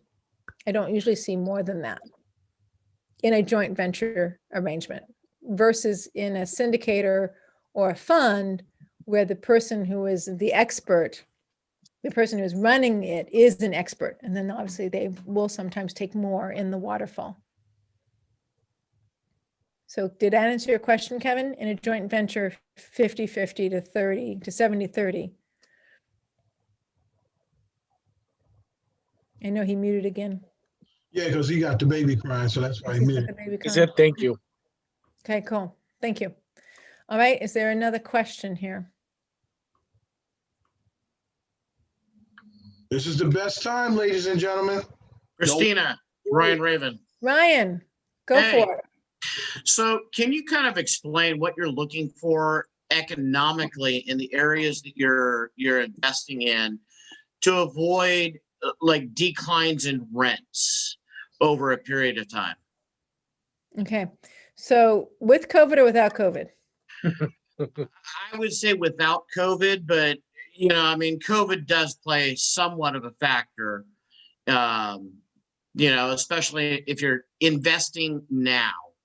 Okay. So, I mean, you can go into either or. Okay, so in general, when I'm looking for investing in cities, and I do my, I did a research project years ago on Long Beach, and I did Long Beach with the same due diligence that I did Indianapolis with, right? So it's any place I don't currently really understand, I do the same process. So really, one of my primary factors, and this was on a meeting I was presenting at earlier tonight, one of my primary factors is that there's some growth in the city and that the city can offer me what I'm looking for. And remember, I went through this whole conversation about, is it an appreciation city or an appreciation neighborhood, or is it a rental neighborhood, right? That defines what I'm looking for. And that will define if I'm going to invest in that city or not. I'm looking for a mixed industry. So first I want to see growing population first and foremost, and then I want to see a mixed industry. I want to see that there is a percentage of unemployment that is hopefully 8% or less of unemployment. So, but again, that's not necessarily a city as a whole. If you studied cities the way I have, there's almost always a neighborhood where the employment is greater than 10%. So it's not usually just a whole city. Does that make sense? So Ryan, I'm not giving you enough data, enough detail, I suspect, but I am hopefully giving you some basic direction. I want increasing population. I want stabilized industry, mixed preferably over a single industry. Like Las Vegas is too much of a single industry for me. Right. And I'm looking Yeah. for having the asset class that I'm wanting to invest in. It leaves me pretty wide open. So what's my biggest defining factor, Ryan, is my team on the ground. If when I bought it in, let me give you a story. When I bought in Indianapolis, I looked at 4 different places: Detroit, Pittsburgh, Cleveland, and Indianapolis. The one that created a successful team on the ground was Indianapolis. Any one of them had suburbs, an increasing population, and mixed industry. The suburbs that were cash flow, an increasing population, and mixed industry. What I need is a team on the ground that will work. That makes a lot of sense. Okay. Christina, you have a Thank question you. by Karen. How do Yeah. you find joint venture partners and vet joint ventures? Okay, so joint venture partners are often people I know over time. There's somebody who's come to my meetings several times. They're somebody I've watched and observed in their actual movements. There's somebody I jive with, I kind of get along with, and they want to do the type of investing I want to do. So it's something I develop. Like Kirk Karlstrom co-runs my Phoebe Pasadena meeting with me. I've been watching Kirk for 10 years. At least, probably 8 years, 8 to 10 years. And I've watched him grow. I would do a partnership with Kirk any day of the week, anytime he wanted to. I've invested with him. I've given him my money as a flipper. He's paid me back as an investor in his properties. He's shown me he has a strong track record. If he came to me and said, Christina, I want a joint venture in X, Y, and Z, I'd be like, sign, fine, Kirk. What do you want me to sign? Right? Because I've developed such a long relationship with him. Not all my partners are that way, but several of them are people I've known over a long period of time. Now, if I'm going to vet people, I do background checks. If I'm vetting a joint venture that I'm going to invest in, that I don't already know the people, I have a whole system that I do, including a background check, including two different phone calls, including looking at their actual history, having them send me their flip history or their investment history, confirming it's real, looking up their LLC to make sure the LLC is an active LLC, that it actually exists, or their incorporation actually exists, is accepted by the state that they say it's in, and has done actual history. I look for rip-off reports to see if there's any fraud. I spend a good 5 to 10 hours vetting an investment that I'm going to do with somebody before I do it with them. All right. And then there's one by Nick. It says, is it still common to find deals with over 30% equity in California? I personally haven't seen those, but have you? Yeah, I was going to say, what do you mean by 30% equity, Nick? Nick, maybe you need to unmute to tell me a Are little you talking more. about buying it at 70%? For flipping. Oh, no. No. No. Nick, I didn't use this because I wanted to give a general rule of thumb for people. What my rule of thumb is slightly different in California, is I want to make 10% on the deal.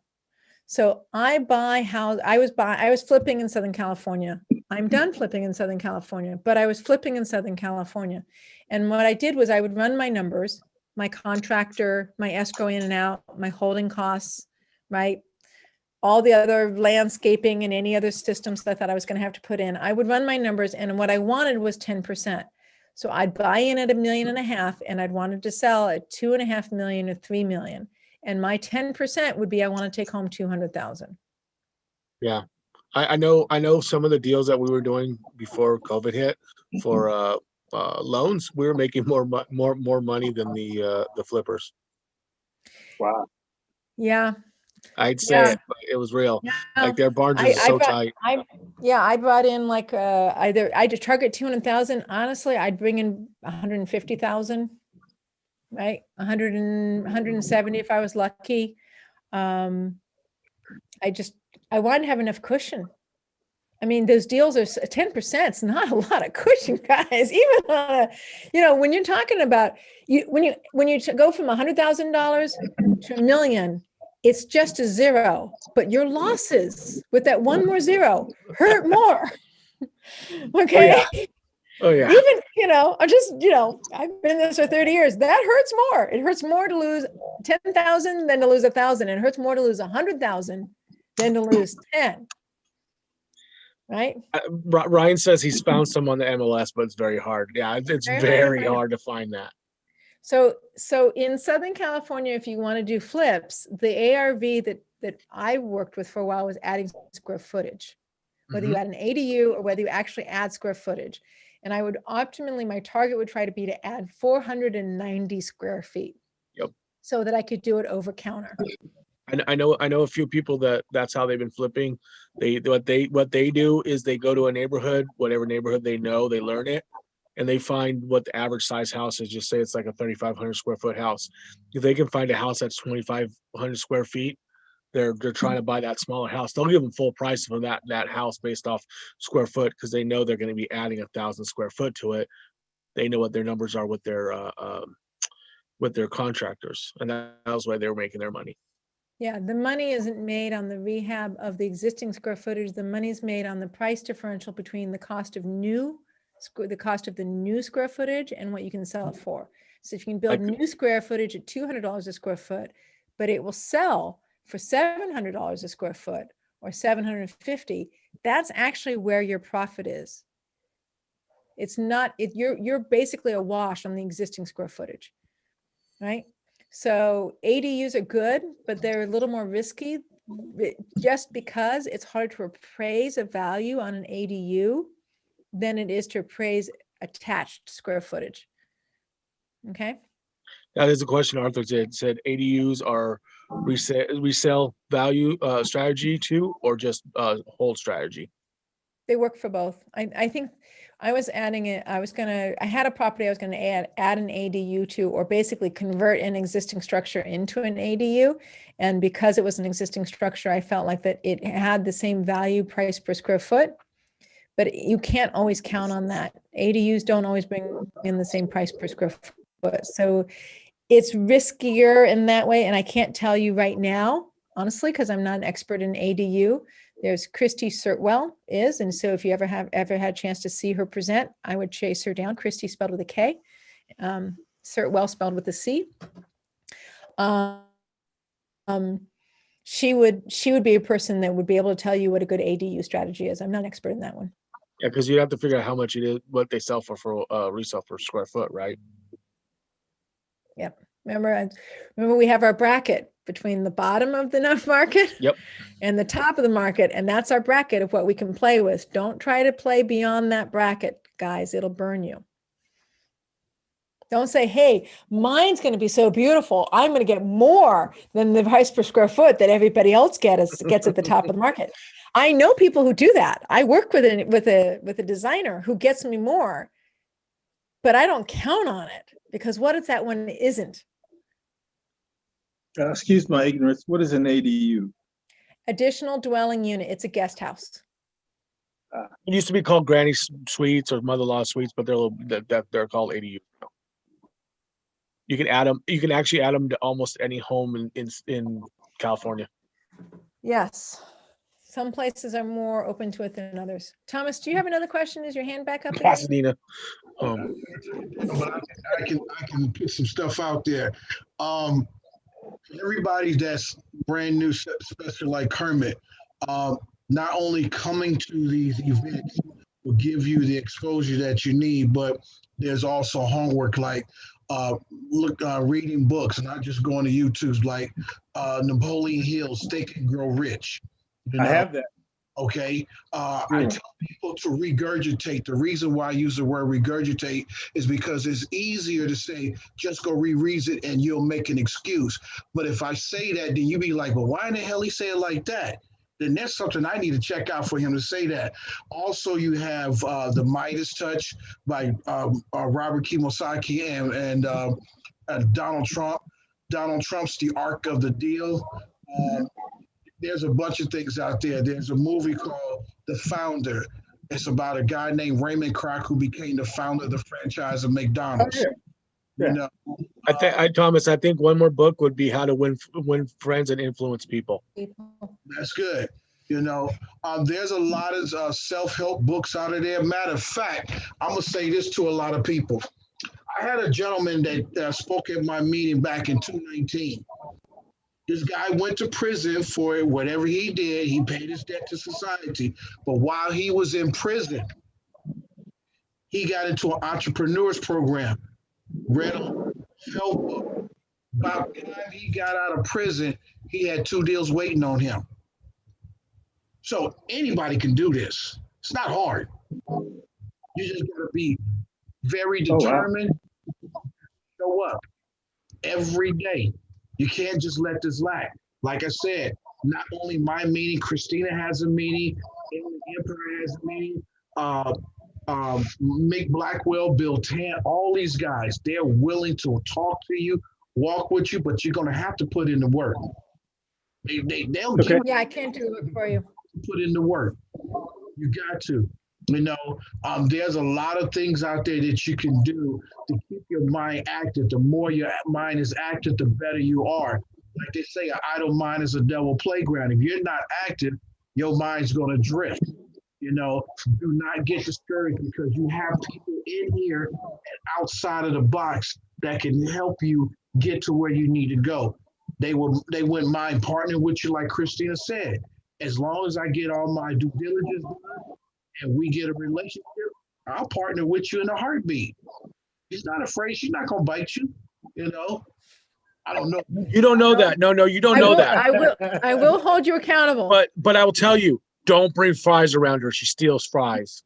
Seriously, I will steal every fry you've got if you let me do it, huh, David? Yeah, she steals my fries all the time. Every time. Yep. Now, what I know, It's part of Thomas, our relationship now. See, he buys fries and I steal them. It's our agreement. That's the way it works. But you know what? I'll be honest, and we're friends. You know, it doesn't bother me, and ever never has. But you know, but what Thomas said earlier, you know, I know Thomas, you know, very religious, and I respect that. But you know, I always heard this comment, and I was talking to somebody about this today. He's actually a pastor, but he does investing with me, and we were talking about it. You know, everyone always talks about you gotta, you know, go pray for it, go pray for whatever you want. Well, you have to realize that you can pray for it, but what the answer is opportunities. You know, you're not going to get handed anything. No one's going to hand you it, but you'll get an opportunity to go do it all the time.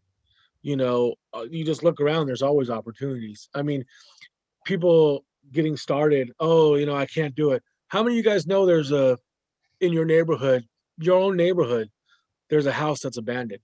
We all have them around. We see them, but there's an opportunity. You write it down, you come to a meeting like, hey, I have a house that I'm, you know, I found, you know, one of the people, like Thomas says, I have a house that it looks abandoned. What can I do? And that, you know, there's your opportunity. And it was always been there. You just didn't look for it. When you didn't maybe know how to participate in it. So right. I'm gonna, if I can add 2 things to this. First and foremost, there is such a wealth of information about real estate that if you're not doing something 3 times a week, then you're avoiding. Like, you could go to a meeting, you can do a YouTube, you can do an Audible book, right? You can talk to a friend, you can send a text to try to set up a date for tea, even if it's a virtual tea. You know, it is so easy to just do 3 things a week. That's what I have my mentor students, my workshop students, I used to call it my mastermind. That's what I have my workshop students do. Just do 3 things a week. Read a book, read a chapter in a book, listen to a YouTube. I mean, have a conversation and pick your favorites. Do what's entertaining to you. Well, Christina, didn't you used to tell people to try and go to a meeting twice a week? And now with Zoom meetings, it's even easier. Yeah, at least one. I said at least 1 meeting a week, and with Zoom, it's even easier. You make that one of your 3 things you're going to do a week. Go to a Zoom meeting, right? Show up for an hour or 2. Right? Do it for 6 months. 6 months. And by the end of 6 months, you will have a sense for people you like and you don't like, because that's important as your team. Processes you like and don't like, things you can wrap your head around and make sense, and things that don't make sense. And maybe an asset class that you think you want to participate in. C-grade retail malls, C-grade retail strip malls. Maybe that's your class. Maybe it makes sense to you. I buy Hispanic multi-units because I grew up in a mixed neighborhood, and my first boyfriend was a Hispanic guy down the road with his mom. And I understand those families, those mamacitas, they're not going to take shit from anybody if you get a good one. And they make for great renters, right? And I'm like, I'm counting on them. I'm counting on their family orientation to make my buildings better. So that's why I do what I do, is because it makes sense to my head. So that's first. So the second thing I want to talk about is, Thomas, I believe in God. I have an absolute relationship with that, but you don't have to have a relationship with it to believe that the world will meet you at the point where you're working. If you don't put yourself out there and you ain't working, people ain't going to meet you there. So if you want to have a relationship where you're going to actually be successful, then you got to put yourself out there and the world will meet you. You can call it God-driven. You could call it Mother Nature. You can call it karma, right? You can, whatever you want to call it. But that's the way that things get done, is that spirit will meet you at the point of action. Put yourself out there, do your 3 things a week, and you will automatically start getting better. Eventually, something shows up. A team shows up, a crew shows up, an opportunity shows up, and people 6 months later are busy going, hey, Christina, oh my God, I did my first wholesale deal. Let me tell you about it. Or, hey, Christina, I bought a multi-unit in Long Beach. Nice. Do me a favor, Christina. Tell them how I met you and what did I used to do to you. Bug the heck out of me. But other than that, what are you talking about? That's all that needed to be said. That's right. Oh, Thomas would walk up to me every time and go, hi, I'm Thomas. I met you before, Thomas. I know who you are. Absolutely. At the end of every meeting, he just walk up and go, hi, I'm Thomas. And I'm like, yep. And so I've now developed a relationship, a friendship, a kindness with Thomas. And therefore I want to hear what he's working on, or I want to speak at his meeting. He invited me to speak at his meeting for a while ago. And then I don't know why it took so long for us to organize this, other than don't email me, text me. But other than that, yes. Right? You develop a friendship. Bob Kim, you just personalized email me. If you mind, could you tell everyone what you emailed me? Who's this, Thomas? Oh, Thomas, can you hear me? Yes, I can. Yeah, it's funny you mentioned about the ex-con doing well in real estate investing. Our last meeting a week ago from this past Monday featured 2 ex-cons, two prison ex-cons. One did, I think it was 10 years in South Carolina State Prison. The other one did 8.5 years in federal prison. One was for drug use and one was for drug dealing. And they said, if you go to prison, you got some of the smartest dudes there. I think the one was like a geneticist, a PhD geneticist, this guy said he met. But they learned a lot in the prison libraries, and it changed their lives. Now, granted, most people unfortunately do revert. The rate of recidivism is really high. These guys are one of the few who made it back out, and they're staying out. They're doing really well in real estate investing now. And they said exactly what you said. You got to put in the work. You got to hustle for it. It's not going to just drop in your lap. No, it doesn't. Grace will save you, but you got to be willing to meet halfway. Yes, ma'am. Absolutely. No, definitely. Look at. We all know Bill's story about helping the kids, and a couple years later, the kid had more rentals than he did. And I'm saying this, ladies and gentlemen, to get you to understand. The people in here are not afraid, are willing to walk with you on your journey if this is what you choose to do. But to be honest with you, we're not going to give a lot of time and energy if you're not. You have to be the one to get started, and we'll chug along with you, just like they do on Shark Tank. And all of us seen that doggone program. You got people that bring their product to them, and these guys they agreed to disagree to venture with these guys. You know, I did the same thing with Back Porch Homes. These guys took me up under their wing and mentored me. And like my mama said, you never bite the hand that feeds you. So since they took their time to mentor me, I invested into their business called Back Porch Home, which is tiny homes. You know what I'm saying? So in the next 4 years, I'm gonna do well in this thing. We're actually in the process of building a tract tiny home community. That's where we're looking at. Arthur is helping us head that up. So, I mean, you got to understand, I don't care what you've been through, what you're going through now, you can still achieve your goal, whatever that goal is, but you got to put in the work. And you surround yourself by this community that's going to be here, support you, and help you get to the next level. That's just it. I don't mean to be preaching. I mean, I am a minister, but that's something else altogether. Okay, that's a new one. I did not know that. Hey, I knew somebody was going to jump on that. No, I became a minister because one of my clients wanted me to marry her. That's how close I am to my client. What do you know? So, now I'm completely distracted. Lost what I was going to say. Lost it. Sorry. That happens. That happens. That's that old age coming in. That old with the beauty, huh? Hey, dude, I'm over 50 and I've had a kid. I get to claim bad memory, right? Exactly. Well, see, I'll be 55 at the end of this month. Christina, you've forgotten more about real estate than a lot of us are going to learn. I'm not quite there yet, but I might be. I know Bill has. Bill has. Bill has. Clyde Wilson. Clyde clearly has. But that's, you know. I think Clyde wrote the first book on real estate.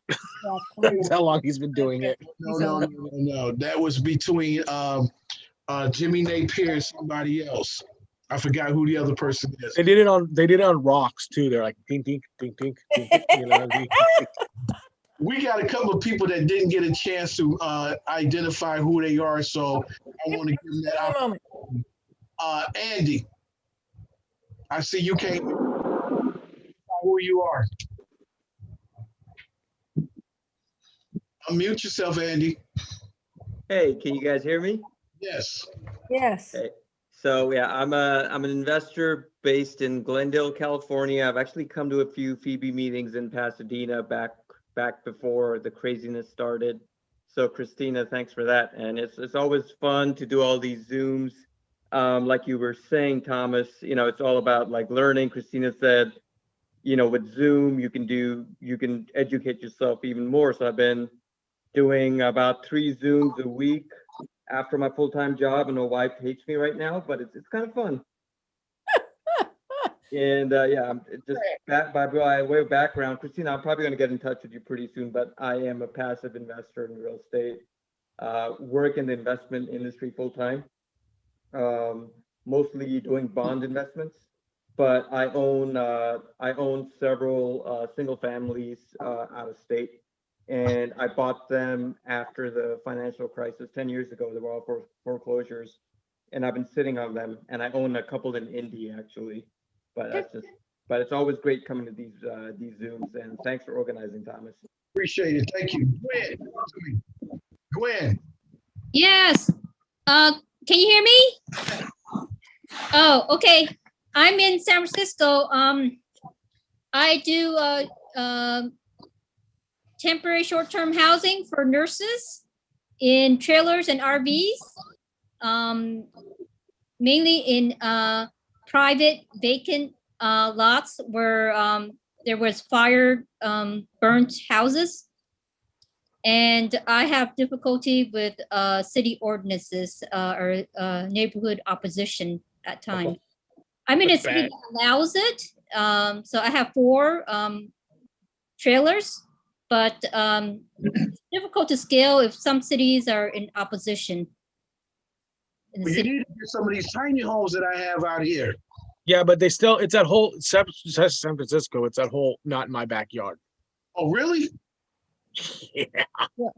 There are lots of neighborhoods where Airbnbs or short-term rentals are not my backyard. And when I was looking at the 4 cities to invest out of state, part of my focus was what was their short-term rental laws, because I wanted to be able to not be fighting. I didn't want to fight for my short-term rentals. I didn't want to hide.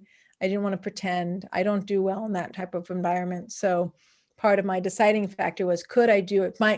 What was my asset I wanted to do? I wanted to have single families or fourplexes or less in short-term rentals. And I defined my market based upon that's what I was looking for. And I wanted clear codes that were in place that supported me and I didn't have to hide. So, yeah, it's like Orange County. Pretty much Orange County is all non-Airbnb around, at least around Disney. So Gwen, I wonder with your level of expertise, now that you've got 4 of them and you've pretty well defined, if there's an area where you could go a little further out, where you could get another medical facility that you're serving, or at nursing school. One of my the Minnesota one that we did tonight is not too far from a nursing school, right? Or a nursing school where you can do the same sort of thing. It's a burnt out lot. You put a mobile home on it, you put a tiny home on it, and you rent it out. And now you don't have legislation working against you. Just a thought. Who is it? Andrea or something like that? You want to say something, Gwen? Yeah, I'm only using trailers and RVs because it's a more complex to try to develop the parcel as a manufacturing a modular housing in the future. That's then stay with that. Yeah, I'm trying to get government workforce housing grants. If that procedure is working for you, then stay with the procedure. Don't use a tiny home, use an RV, right? Use a mobile home, use those assets on, same basic scenario, but a place where short-term rentals are going to be accepted, maybe a little further away for you to drive. Just a suggestion, honey. I'm sure there's probably a lot more complexity in there than my simple suggestion can account for right now. Thanks. Got it. All right. Sorry. Somebody wanted to move on. Was it Thomas or David? Ishmael. No, Ishmael, yeah. Oh no, that wasn't me. No, I was actually introduce yourself. Oh, sorry. Yeah. Yeah. Well, my name's Ismail. I'm a wholesaler in Sacramento. I recently joined a mastermind, Aaron Mazrilla's. Good. I've been connecting with him. I also joined my local RIA and found another mentor. He offered me to be my mentor. So yeah, I'm definitely connecting with as many people as possible in the industry. And I met you, Thomas, at one of the local meetings as well on the Inland Empire. That was one with the Norris group. Great. And yeah, so you talked about your club or your group, and then here I am. Appreciate it. And yeah, no problem. And yeah, I'm trying to learn as much as possible from you guys. Okay. Thank you for coming. Is it India? Is that how you pronounce it? Indira. Indira. Hi, can you hear me? Yeah. Okay, it's nice to meet you all. Hello. How you doing? I was waiting for the clock to strike midnight so I could say good morning. I'm in Ohio. That's where I know you. Where Christina said she. Cleveland, Ohio. We lost We your lost you. microphone, honey. We want to hear you, but you lost your mic when you repositioned your headset. Can you hear me now? Now we can hear you. Okay. Because it's supposed to be separate. Anyway, I'm sorry I was running late. Today was interesting. I have a daughter who just turned 30 today on St. Patrick's Day. So she called up and said, We lost you again. Yeah. Again, Going in and yeah. out. She said 30? I know. Yeah. She said 30. I'm like, she really She did. looks have a child 30. at 2. Bill 10 class. You know that, don't you? We're sorry, Indira. We still can't hear you, honey. Keep playing with it. You'll work it out. Can you hear me now? We can hear you now. Yes. Okay, I'm going to just hold them there.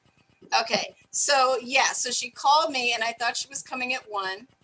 And then at 3:30, I called and said, are you okay? Because she's driving up from out of town and I know my daughter swings in and I may not see her for 6 months.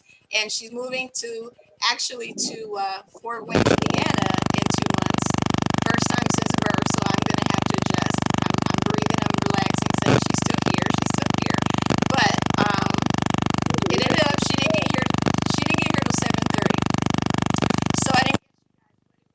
We lost you. Lost you again. Uh-oh. There you go. Keep got going. You got Hold me? it. Hold it and talk. Yep. We lost you.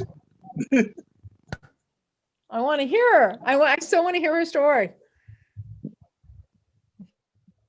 Nope. Oh, now. There you Yeah. go. Okay. Can you hear me? Yes. Okay, I'm gonna try and hold it. Okay, so sorry to make this long, but anyway, she said, I'm going to your favorite restaurant to bring a dish, and I said, uh-oh, you got a problem. And she said, what? I said, my dad's 83. He hasn't seen you in years. You're about to move in 2 months, and that's his favorite restaurant. I just found out 2 months ago. So can you grab him dinner, me dinner, come get me on one side of town, and then let's drive way to the other side of town, and I'm gonna have you hide in the hallway and say, I got a surprise for you. And he stuck his head out the door and went, oh my God. Ran in the bedroom. Well, he didn't run because he's 83 and he's on dialysis and stuff. But he brings her this teddy bear, pulls it out of the bag. She goes, oh my God, I remember that bear. That bear had 1990. Nope, lost you. We can't hear you. You're gone again. We can't hear you, but we heard the teddy bear. Uh-oh. Okay, so you got to grab those moments. You hear me? Yes, you got to grab those moments when they show up, honey. Yeah, because she just came to town and I'm like, oh, it's all in alignment, so let's go for it. And then I got back and I thought about you guys. And I said, I hope they're still on. And then I remembered it was Pacific time, not Eastern Standard. So I'm like, yes. So I'm going to tell you how I got to you. I was on a summit with Kimmy P and Bill Gutin. Okay, hi David. I know your face. How are you? I am good. How are you? I'm good, and I'm And loving this is wait before you talk. This is a woman I will never bet on not making it right here. Just let you guys know that. So here's what happened. I was on a summit with them. And then we lost you. Cut out again. Just gotta buy that girl a new mic or a new jack.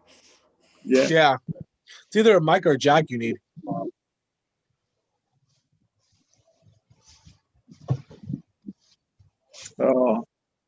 Oh, it's 9 o'clock. Yeah. Well, Thomas, I hate to say it, but actually I have a phone call at 9 o'clock with a client. I appreciate you. I love you for doing this, and I will see you tomorrow night. I love all of you guys too. Thank you Thank so you, much guys. for putting up with me. Kermit, awesome to Before meet you you. leave, hold on for a minute. Remember, everybody put your information in chat. Christine, could you put your information in chat one more time? And that way you guys can connect. Go ahead. You got the mic. Go ahead. oh, I'm sorry. Okay, so real quick, I was gonna say I met Linska through that summit, and that was an invitation to SDCI. We lost you again. Yeah, you're cutting out. I don't know if it's your mic or your spot for it. This is new and it was working fine. I don't know what's happening. I don't Can you hear me now? Yes. Okay, so real quick, so Hope you're out. You're gone. Yeah, you're yeah, it's not working. Okay, Thomas, you're host now. Okay. See you guys all later. See you tomorrow, Christina. Bye. And I had like 4 people text Bye, me. Christine. Thank you. And everybody, she does have a meeting tomorrow night. I do. I have a Phoebe Pasadena. Go to meetup.com, look up FIBI Pasadena, and you'll see me tomorrow night, and you'll see Neil Bawa do a lot of financial stuff. So have a good one. Everybody. Bye-bye. So since Indira can't speak, she's a vet, and she is I will never count out this woman to not make it. Just put it that way. I've heard her story from her when her mic was working, and you know she lives out that way, but she's gonna make it. I'll put money on it. I could put $1 million on it. I'll win that bet any day of the week. Now, for those who wants to stay, you're more than welcome to stay. We can chit chat. Today we're gonna drink for everybody. For those, I got my red breast, my Irish for my blood. You know, since today is our actual holiday. For those who want to leave, I want to thank you for coming. Next month, like I said, I have Andy Teasley, the Wizard of Wobbly Boxes, creative financing, the Christmas guy. He's going to give you a nice presentation on the financial calculator, as well as buying and selling mobile homes, as well as buying and selling notes. And anybody who's getting started, that is a great way to get started in real estate without a lot of money involved. Okay. Hey, Thomas, I'll call you in about 10 minutes or so, 10 or 15. Keith, did you ever speak?